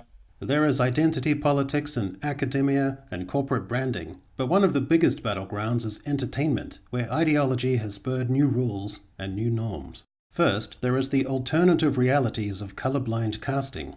We're witnessing an expansion of who is able to depict white characters and real-life white historical figures, no matter how incongruous. Real-life historical figures mentioned, chat. Real-life historical figures mentioned. Oh, you know it's gonna be good. You know it's gonna be good. Okay, let's go. From an Indian Sir Isaac Newton to a black Achilles to a black Anne Boleyn. No, they made Anne Boleyn black. Bruh. They made Anne Boleyn black. Well, I've got a soundboard now. By the way, I've got a soundboard. So. Bruh. So I can do all this. Oh no, Doctor Who and Indiana Jones. The Sri Lankan Peter Pan and Black Tinker. Real life historical figure. Indiana Jones. To an Indian David Copperfield. Whoa, hang on a minute. Are you still talking about real life figures? Incongruous. From an Indian Sir Isaac Newton to a black Achilles to a black Anne Boleyn to a Sri Lankan Peter Pan and Black Tinkerbell to an Indian David Copperfield to a Puerto Rican Alf to a Colombian Snow White to a I'm loving all these definitely real historical figures, by the way. Asian Velma to a black Regency Queen of England to a black. Wait. What did he say about? What did he say about Velma? And Black Tinkerbell to an Indian David Copperfield to a Puerto Rican Alf to a Colombian Snow White to a South Asian Velma. South Asian Velma. Okay. So you're just exclusively using Indian for some people and South Asian for other. I don't know. I don't understand. Definitely real life figure, real life historical figure Velma. To a black Regency Queen of England to a black 11th century Danish Viking. But the door of this open-mindedness only swings one way. By the way, there were black Vikings. There were definitely black people in Denmark, what is now known as Denmark. There were absolutely black people there back in the day of the Vikings. I know this might sound even a bit of a stretch from actual analysis and actual history, but it's true. There was a lot of relations with various different kingdoms like Egypt and North Africa, the Moors, all that kind of stuff, all over the place, and actual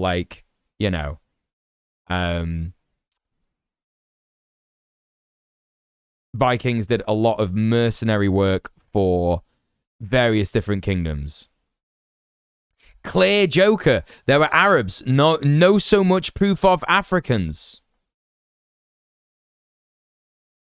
Listen, I don't know if you're like actually in here to troll or whatever, so I'm gonna give you like a bit of a leeway there. Scotland is named after Scotia, an Egyptian princess. Is that true? I'm sure we'll dig right into the woke mind virus that allowed John Wayne to play a white Genghis Khan. Yeah, I'm sure that'll happen. I'm sure he'll talk all about how Anthony Hopkins did blackface in Othello. Real historical figure Othello. Yeah, Vikings got around a lot. They got hired as guards in Constantinople, and also people ended up going up to Scandinavia and shit like that too, While this it's not like people never went anywhere back in the day, is basically the long and short of it. Occurring. The characters that white authors and screenwriters are allowed to write about is being shrunken down by publishers and film studios. This means that minority identities are increasingly off limits to white people because they are forged in part by the biases and travails of being non-white. While whiteness as an identity seemingly has less or no comparable threshold for a non-white author or actor to meet. Let's hear that again. Biases and travails of being non-white. While whiteness as an identity seemingly has less or no comparable threshold for a non-white author or actor to meet. Right. So again, no analysis of power dynamics. Yeah. Saying that minority figures are blocked off to white people, right? Without any shred of understanding why that might be. Yeah. Just a terrible analysis so far. And are we surprised? No, we're not. In this prevailing mindset, whiteness is not so much a distinct thing as a generic persona, a basic bitch homo sapien. No, dude. What are you fucking talking about? Is he gonna try and like come at this from some kind of woke angle, being like, oh, you know, just by not letting white people play black characters, you're actually like being more racist because you're saying that white is the default. You know what I mean? An off-the-rack, default settings, standard issue carbon-based lifeform. A South Asian Sir Isaac Newton? Of course, such roles ought to be open to capable actors, and it's exclusionary to question such progress.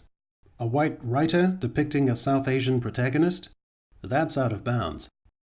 Are we going to talk about why it's out of bounds? Are you going to talk about why people say it's out of bounds? And unmarketable, and you need to examine your outdated ways of thinking. Guardian Variety Whiteys are being routed... Okay, no, just moving on. Just moving on. Bridgerton is literally an alternative history of England. I don't know shit about Bridgerton. I don't know shit about that. Almost like whiteness is a nebulous concept that only ever gets used to marginalize others. Right, exactly. Hey, Alejandro, how you doing? Yeah, admitting racist reality is racist, actually. Yeah. Mindy Kaling's Velma is right-wing, basically. I don't know anything about that. ...by a synchronized pincer maneuver, being lectured by DEI junkies. What is this DEI thing, chat? DEI?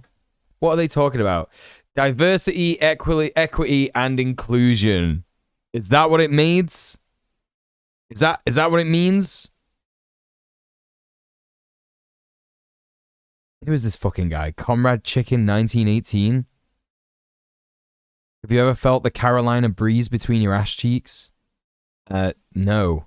And even if I had, I wouldn't share that with you. Random chatter. It's their latest SJW slur. Right, okay, so this is the new woke. DEI. Damn, they moved on from woke pretty quick, didn't they? They moved on from woke pretty quick. That's okay, Comrade Chicken. You're still a comrade. Mule in his strong Carolina accent. I'm always going to Carolina. It's the new CRT. Yeah.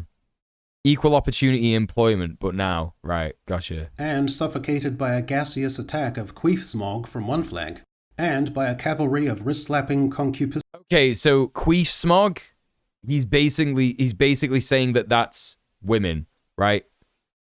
Because women queef, and they're always queefing about feminism. That's what he's on about. That's basically what he's saying here. Are you a communist? I'm an anarchist and a communist, yes. And cuck allies on the other. The other major element of identity politics and entertainment is gender. Weird things have been happening with... So he's like, feminists queef, and they're horrible, and blah, blah, blah, blah, blah. And now, you know...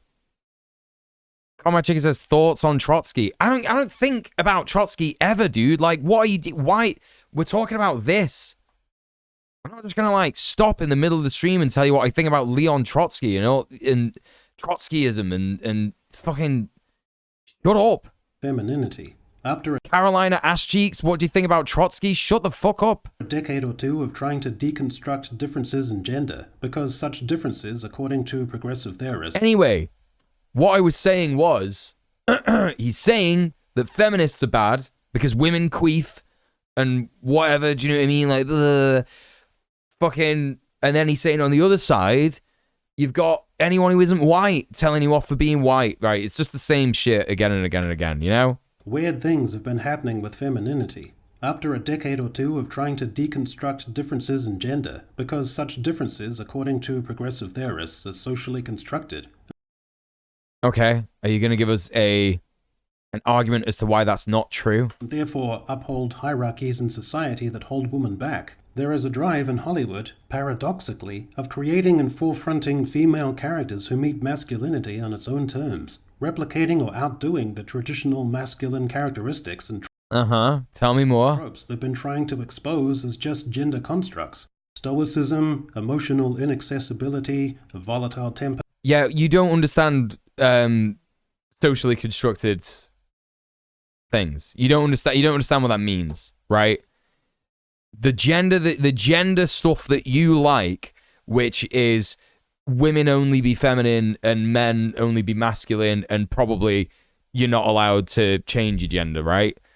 That's the constructed thing. That's what the construction is. The construction isn't when one gender acts like another gender. That's not the construction that we exist in that's fucking the power dynamic. Yeah, it is an example of how gender is a construct. You're nearly there. You're nearly there. You're nearly there. But I think you're willfully not quite getting it, right? Staunchness, patronizing social dominance.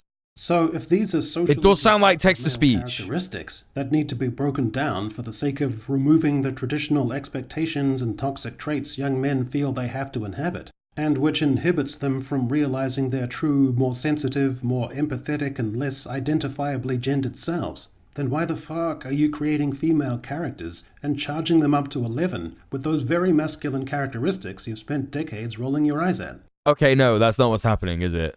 That's not what's happening. That's absolutely not what's happening. A blonde-haired, hazel, blue-eyed woman isn't white enough for this guy. Yeah, well, he's trying to talk at this point about women doing manly things, and that means that they're the same as men, right? They're the same as men. It is word salad. Yeah, it's absolutely word salad. It's just this guy is interpreting it in whatever way he wants. And that's just it. That's just literally it. Yeah, he's just literally talking about what's going on in his head. You know? These woke writers giving women all the masculine coded things like long hair, red clothes, and heels. Wait, which century is it again? Right. Here's the strange paradox. If Galadriel from the Rings of Power were a male character, female writers and critics would almost certainly deride him as an emotionally shut-off, obnoxious, time-warp macho character who was... You know, this guy is acting like you can't, like, everyone is saying that you can't have characters like that in a film or a TV show. He's saying that, like, people say that you can't have men like that anymore, right? But you can, can't you? Because they're all over the place. They're always written into different shows, all the time. There are, like, men characters who are emotionally shut off, obnoxious, macho, like, all the time. It happens all the time. And he's mad because it's like a woman is now doing that. But actually, that's fucking Galadriel's character in Lord of the Rings. That's literally who she is. Do you know what I mean? She is, you know, quite fucking, like, domineering and, like, you know, she's the queen of the fucking forest elves and shit. You know? You're not seeing Lord of the Rings? This guy probably loves Lord of the Rings. But he's like, Rings of Power, Galadriel's too masculine. And it's like, well, you know, she's pretty, I would say, androgynous in Lord of the Rings, the Peter fucking Jackson one. You know, has he not read the books? Literally every elf is supposed to be, you know, gender, blurring the lines of gender. That's literally every single elf in Lord of the Rings. Was in fact almost a parody of dated traditional masculinity. But as a female protagonist with these characteristics, she's a progressive, empowered character. As well as this, most of these strong female characters are kind of sexless, and certainly don't have relationships. As if relationships are compromising to their independence. That is not true. That is not true. You just haven't watched enough strong women characters who exhibit masculine traits, right? You've just not watched that. You've not watched Aliens, right? Literally in Aliens. What's her fucking name? Sanchez? And she's like super sexually definitely into that other guy. You know what I mean? Can this dude use more than 3 clips per show? I'm losing my mind. Yeah, right, exactly. Yeah, is he saying Ray doesn't have a romantic relationship? Vasquez, not Sanchez. Yeah, that's my bad. Vasquez. You know? Her emotional climax is literally getting together with a man. Independence and strength. Weirder still, Stupid, this man. Isn't what female audiences react to. The Marvels flopped. Barely 37% of Rings of Power viewers finished. Okay, again, like, you know, okay, so what we're going to do is we're going to cherry pick some data, yeah? We're going to cherry pick some data. We're going to say that the Marvels flopped, right? Why did it flop? Oh, because women didn't want to watch it. No, dude. It's because everybody hates fucking Marvel films. Everyone's going off Marvel films. It's literally just industry decline, man. It's nothing to do with like things going woke and going broke. He's doing go woke, go broke. That's what he's doing, yeah? Probably good to log off if you're too drunk more for yourself and for everyone in the chat. So, you know. Finished watching the season. Yet when a strong female superhero character like Wonder Woman also has some sensual and sensitive vulnerabilities and is open to exploration of those feelings and fully fledged romance, it crushes at the box office. We have a new category. That is not why Wonder Woman did so well. Like, it's because it was fucking Wonder Woman. What are you talking about, dude? History jacking. This is when the poor past, which was just minding its own business, experiences the equivalent of a carjacking, where the historical narrative is dragged out by its hair, with the engine still running, and overweening modern screenwriters take the wheel. This isn't from an impulse to correct the record, of bringing to light... Very strong. Remember when bin men were hard and women were soft energy. Yeah, literally that. Welcome to the chat. Goldbruth, how you doing? Narratives and biographies overlooked and marginalized by the history books. No, this is about imposing shit that wasn't there. Or is he literally just going to focus on Bridgerton? And is that what Bridgerton was? It was like a parody of British aristocracy, like an alternative timeline thing.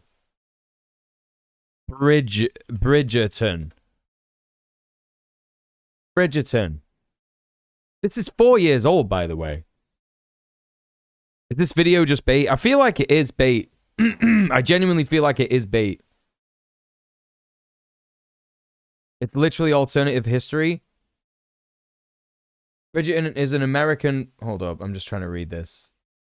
Bridgerton is an American historical fiction romance, yeah. Historical fiction romance. So he's mad at something that, like, directly says what it is. This literally isn't history revisionism. It's literally not.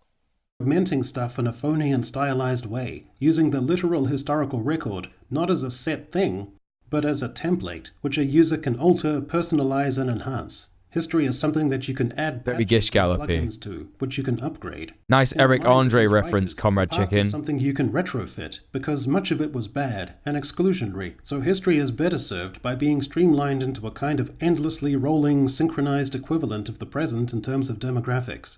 There is fiction set not so much in our world, but in what passes. If he hadn't been primed to hate Bridgerton because of the POCs, he wouldn't even know it exists. Right, exactly. This guy just saw a TV show with black people in it, wearing, like, old costumes, and was like, the woke!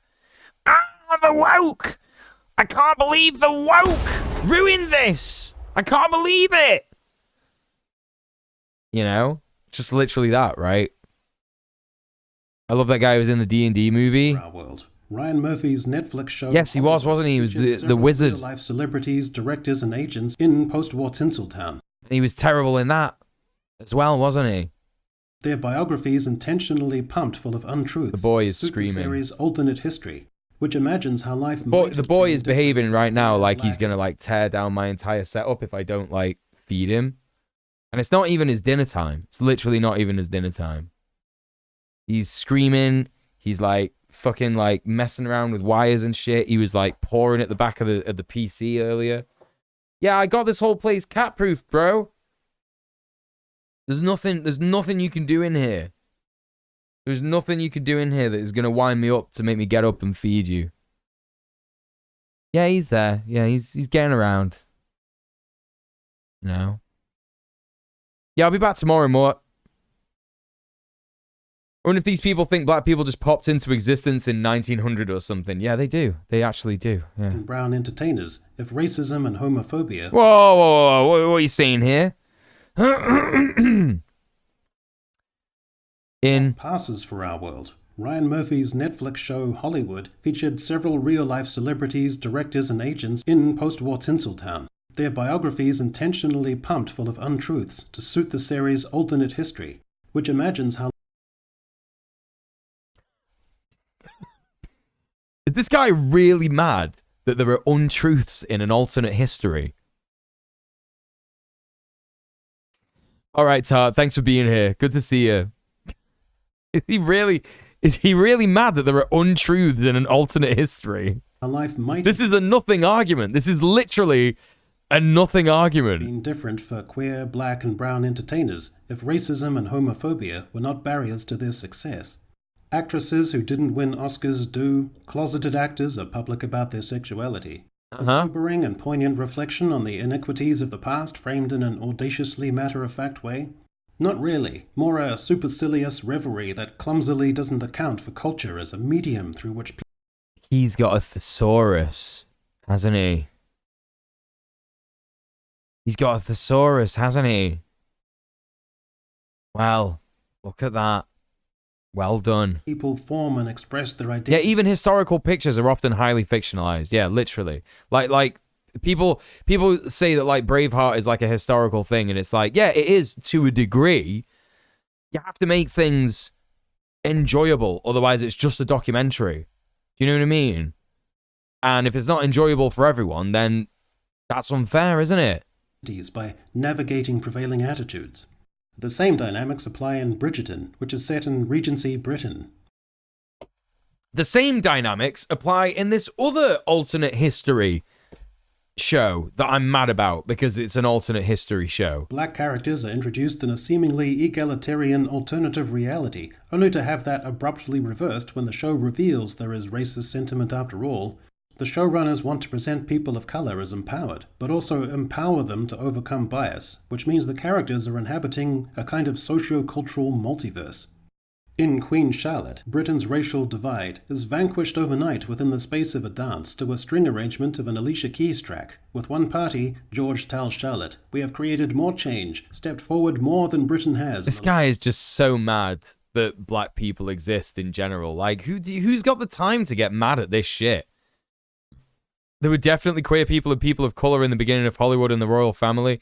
Yeah, no, for sure. But like, you know, he's mad at these alternate history shows.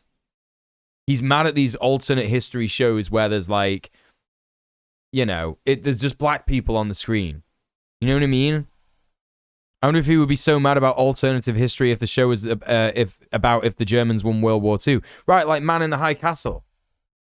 He's not bothered. He's not, you know, he loves the Man in the High Castle, actually.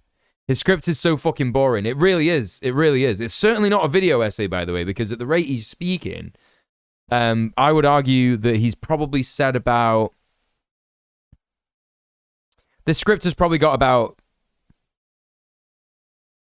700 words in it, max, maybe less. I would probably say less. I'm going to say 700 words. Last century. Maybe 500. Puerile, flaky load of bollocks. There are a host of... It's a puerile, flaky load of bollocks. Okay, why? Why, dude? You know, again, these guys, what they love to do is they love to present themselves as being critical, yeah? They love to present themselves as being like, oh, I'm doing a critique. Well, what is the critique? Because if you say a show is flaky and bad and puerile and a load of bollocks, you have to have something to back that up. You can't just say that that's how you feel about it, because then it's just an opinion. It's not a critique at all, you know? Identity politics concepts in entertainment. One I call iteration and also. Instead of just having gender or facade of intellectualism, yeah, of an otherwise default intrinsic character. He's just replaying these other clips that he has already played earlier, you know? Iterations are... Wait a second. Swapped iterations of an otherwise default intrinsic character. Baldur's Gate. Why is Baldur's Gate there? That's a clip from Baldur's Gate in the right. On the right. That's a clip from Baldur's Gate. Baldur's Gate is literally a fantasy D&D story. Why is that there? Why is identity politics in there? Is it because there's gays in it? Is it because you can be gay and you can have a penis if you're a woman and a vagina if you're a man? Is that what it is? That's all it is, isn't it? It's just because there's gay. It's just because there's gay stuff and racialized people in a video game. These new iterations are also the character. Miles Morales is also Spider-Man. Sam Wilson is also Captain America. Why do you care, dog? Why do you fucking care? There is also co-opt and transcend. This is when a girl does it better than a male predecessor or previous male archetype. Ironheart is younger and even more of a tech prodigy genius than Iron Man. Sabine learns to master the Force even quicker and more fabulously than Luke Skywalker. Why do you care? Why do you actually care? Should hate Baldur's Gate on account of its queerness? Yeah, defo, yeah. There's also the source material double act. Jim Rhodes was Iron Man in the 80s comics, yeah. Garner a loyal audience based on name recognition. They just don't know. They don't know anything about anything that they're talking about. You know? They have no fucking idea.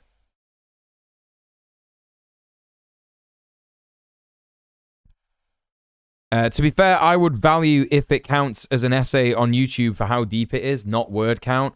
And for sure, it doesn't even hit that. It doesn't even can see that bar. Well, no, because an essay is an essay length script. Right? That's what that is. That's why video essays are called video essays. It's not like how deep something is. It's like...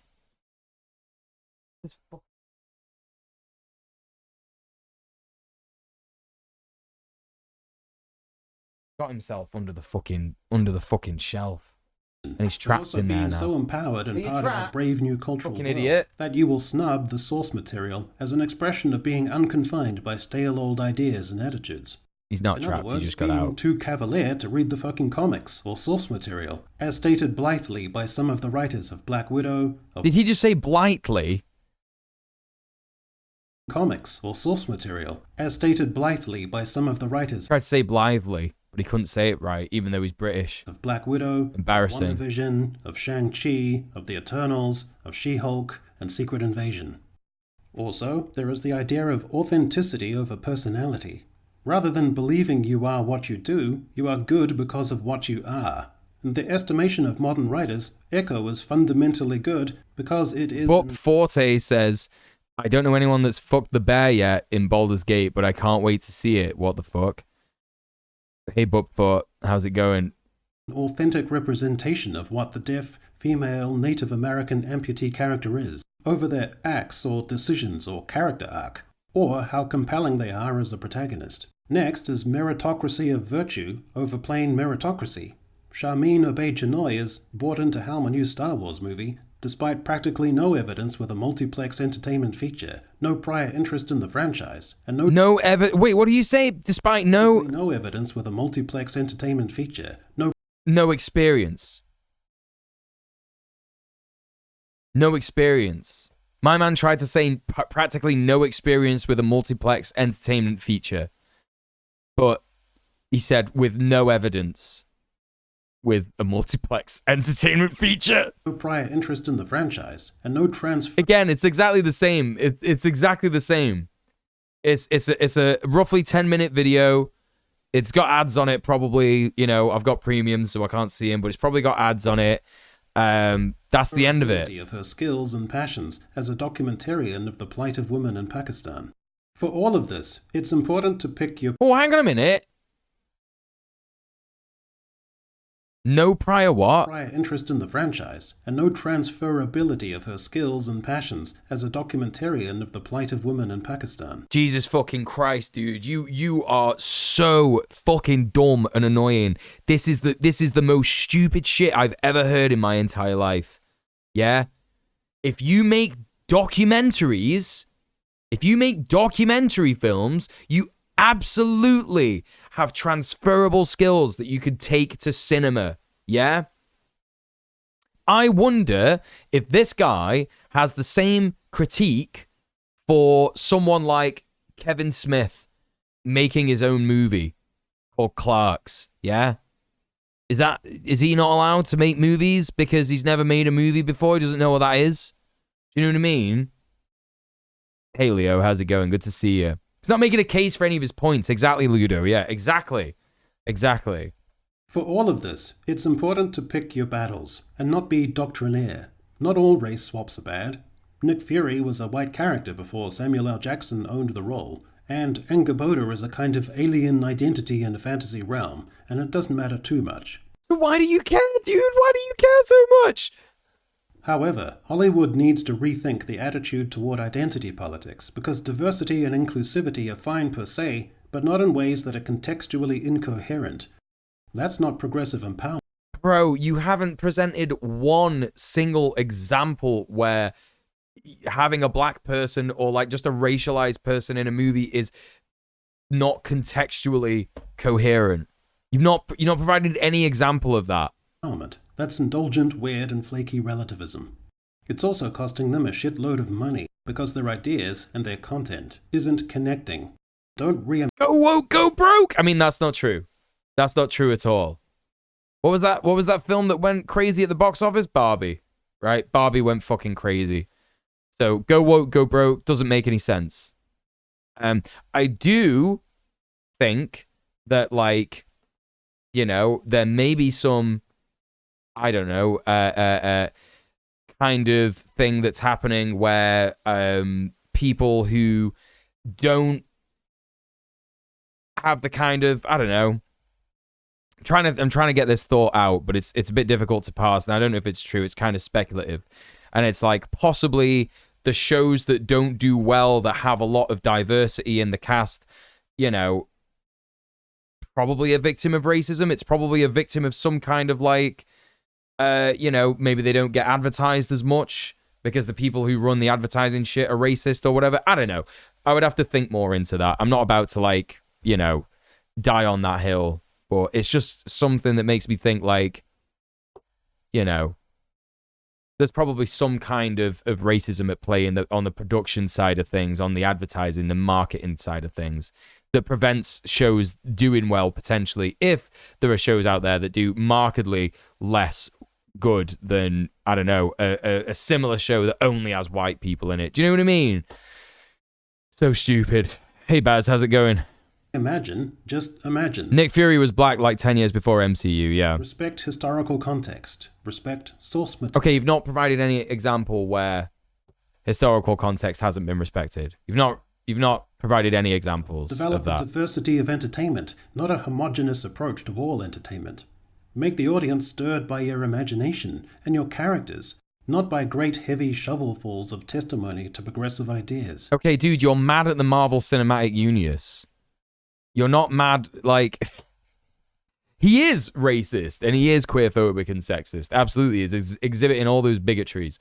But really, what people like this are actually mad at is the dilution of good content, right? So he's mad at, like, Marvel Cinematic Universe because Marvel movies have been done to death, right? That's what he's mad at. The green-faced witch in the video thumbnail? Yes, the character is green, so it technically could be played by an actor from any background. But it's more to do with characterization. The high-strung... So what, why are you mad at that then? He's... In the thumbnail, he had, like, the woman who's playing the new witch in the new Wicked adaptation for screen. And he's like, oh, she's black. And it's like, yeah, but it's a witch and she's got green face paint on. Doesn't matter. You can't see her skin color, bro. And he's like, you know, he's basically saying, like, without saying it out loud, he's basically saying, I know she's not white. I can tell, and that's not good enough, right? That's what he's basically fucking saying. Fucking load of shit. Self-conscious, emotionally overwrought, delicate and camply expressive character traits of the witch in the stage show of Wicked are annoying, frustrating characteristics, almost invariably ascribed to annoying white chicks in musicals.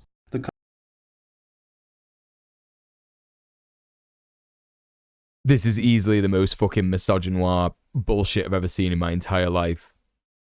He's like, black women, actually, they're a kind of way, aren't they?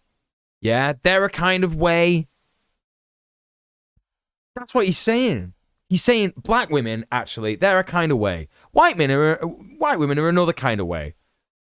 Insane. Absolutely fucking insane. Hey, Kaylin, how's it going? Kind of histrionic white chick behavior that commonly elicits disparaging side-eye from black women. And it feels... Disparaging side-eye from black women. Bro, you straight up rip the mask off, burn it, tick it off your bingus card. Oh my god, dude. Sophisticated black actress trying to pull off those flaky characteristics that are shot through with embarrassingly lame whiteness.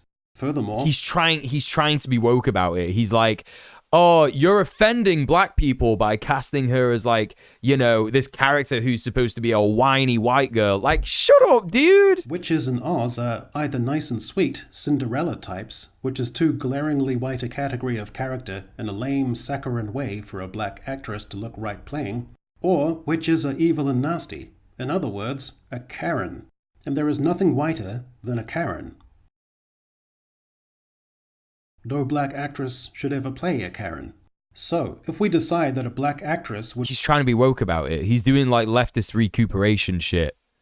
Leftist recuperation bullshit. ...unsuitable to play an evil witch in Oz, and also not ideally suited to playing a histrionically self-conscious nice witch. I, a white person, order you to not pander to black people. That's what he's saying, isn't it? ...speaks in lame-sounding, overly affected and gushing white-style dialogue.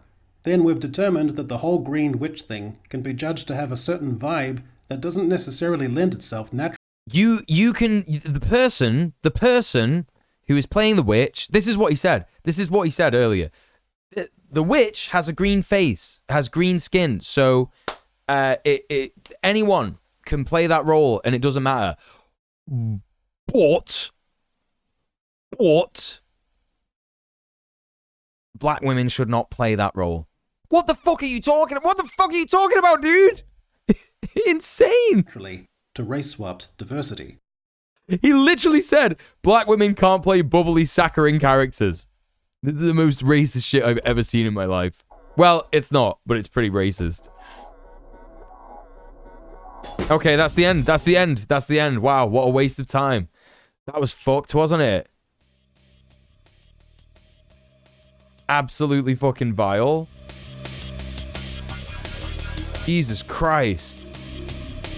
Well, unfortunately, that leads us to the end of the stream, and we didn't have time to have a look at some of the funny... Well, we didn't have time to look at any cool video essays or any weird new guys that I may or may not have found. But to make you feel better about it, I didn't actually find any actual weird guys. Are people still doing the Z thing? Are people still, like, coming into fucking Twitch chats and doing the Z thing? That is cringe, dude. Fucking cringe as fuck. Basically just being like, I'm a Nazi. Alright, dude. Get banned in a bit. See you later. You win, I guess. Anyway, listen, chat. We're going to go raid someone. Thank you so much, everybody, today for supporting the stream. Thank you for the donos. Really appreciate it. We've not got long to go to hit the midway point of the stream. Another, like, £83 or something. I might be wrong. I'm terrible at maths. Thank you so much, everybody, for donating. Really appreciate that. Thank you, everyone, for coming in. Thank you for all the follows today. Thank you for the subs today. Thank you for all the chats today. Even the trolls. Some of you were funny. You were funny. You provided us with a good bit of entertainment. So yeah, listen, we're going to head over to Twitch and do a quick raid. I'm going to be back tomorrow. Please consider checking out the socials. They're all there. And we're going to go ahead and raid Rob Rousseau, because he normally raids me. And he's playing Helldivers 2. So let's go and show him some love. Because what a silly Billy. He's gaming, isn't he? He's being a gamer, and we all know that's terrible. You should never game. You should never be a gamer. Right, chat. Thank you so much for being here. Love you loads. Take it easy. If you're watching this VOD on the VOD channel, like, comment, subscribe, share it. Mwah. Stay excellent to each other. Peace, peace, peace, peace, peace.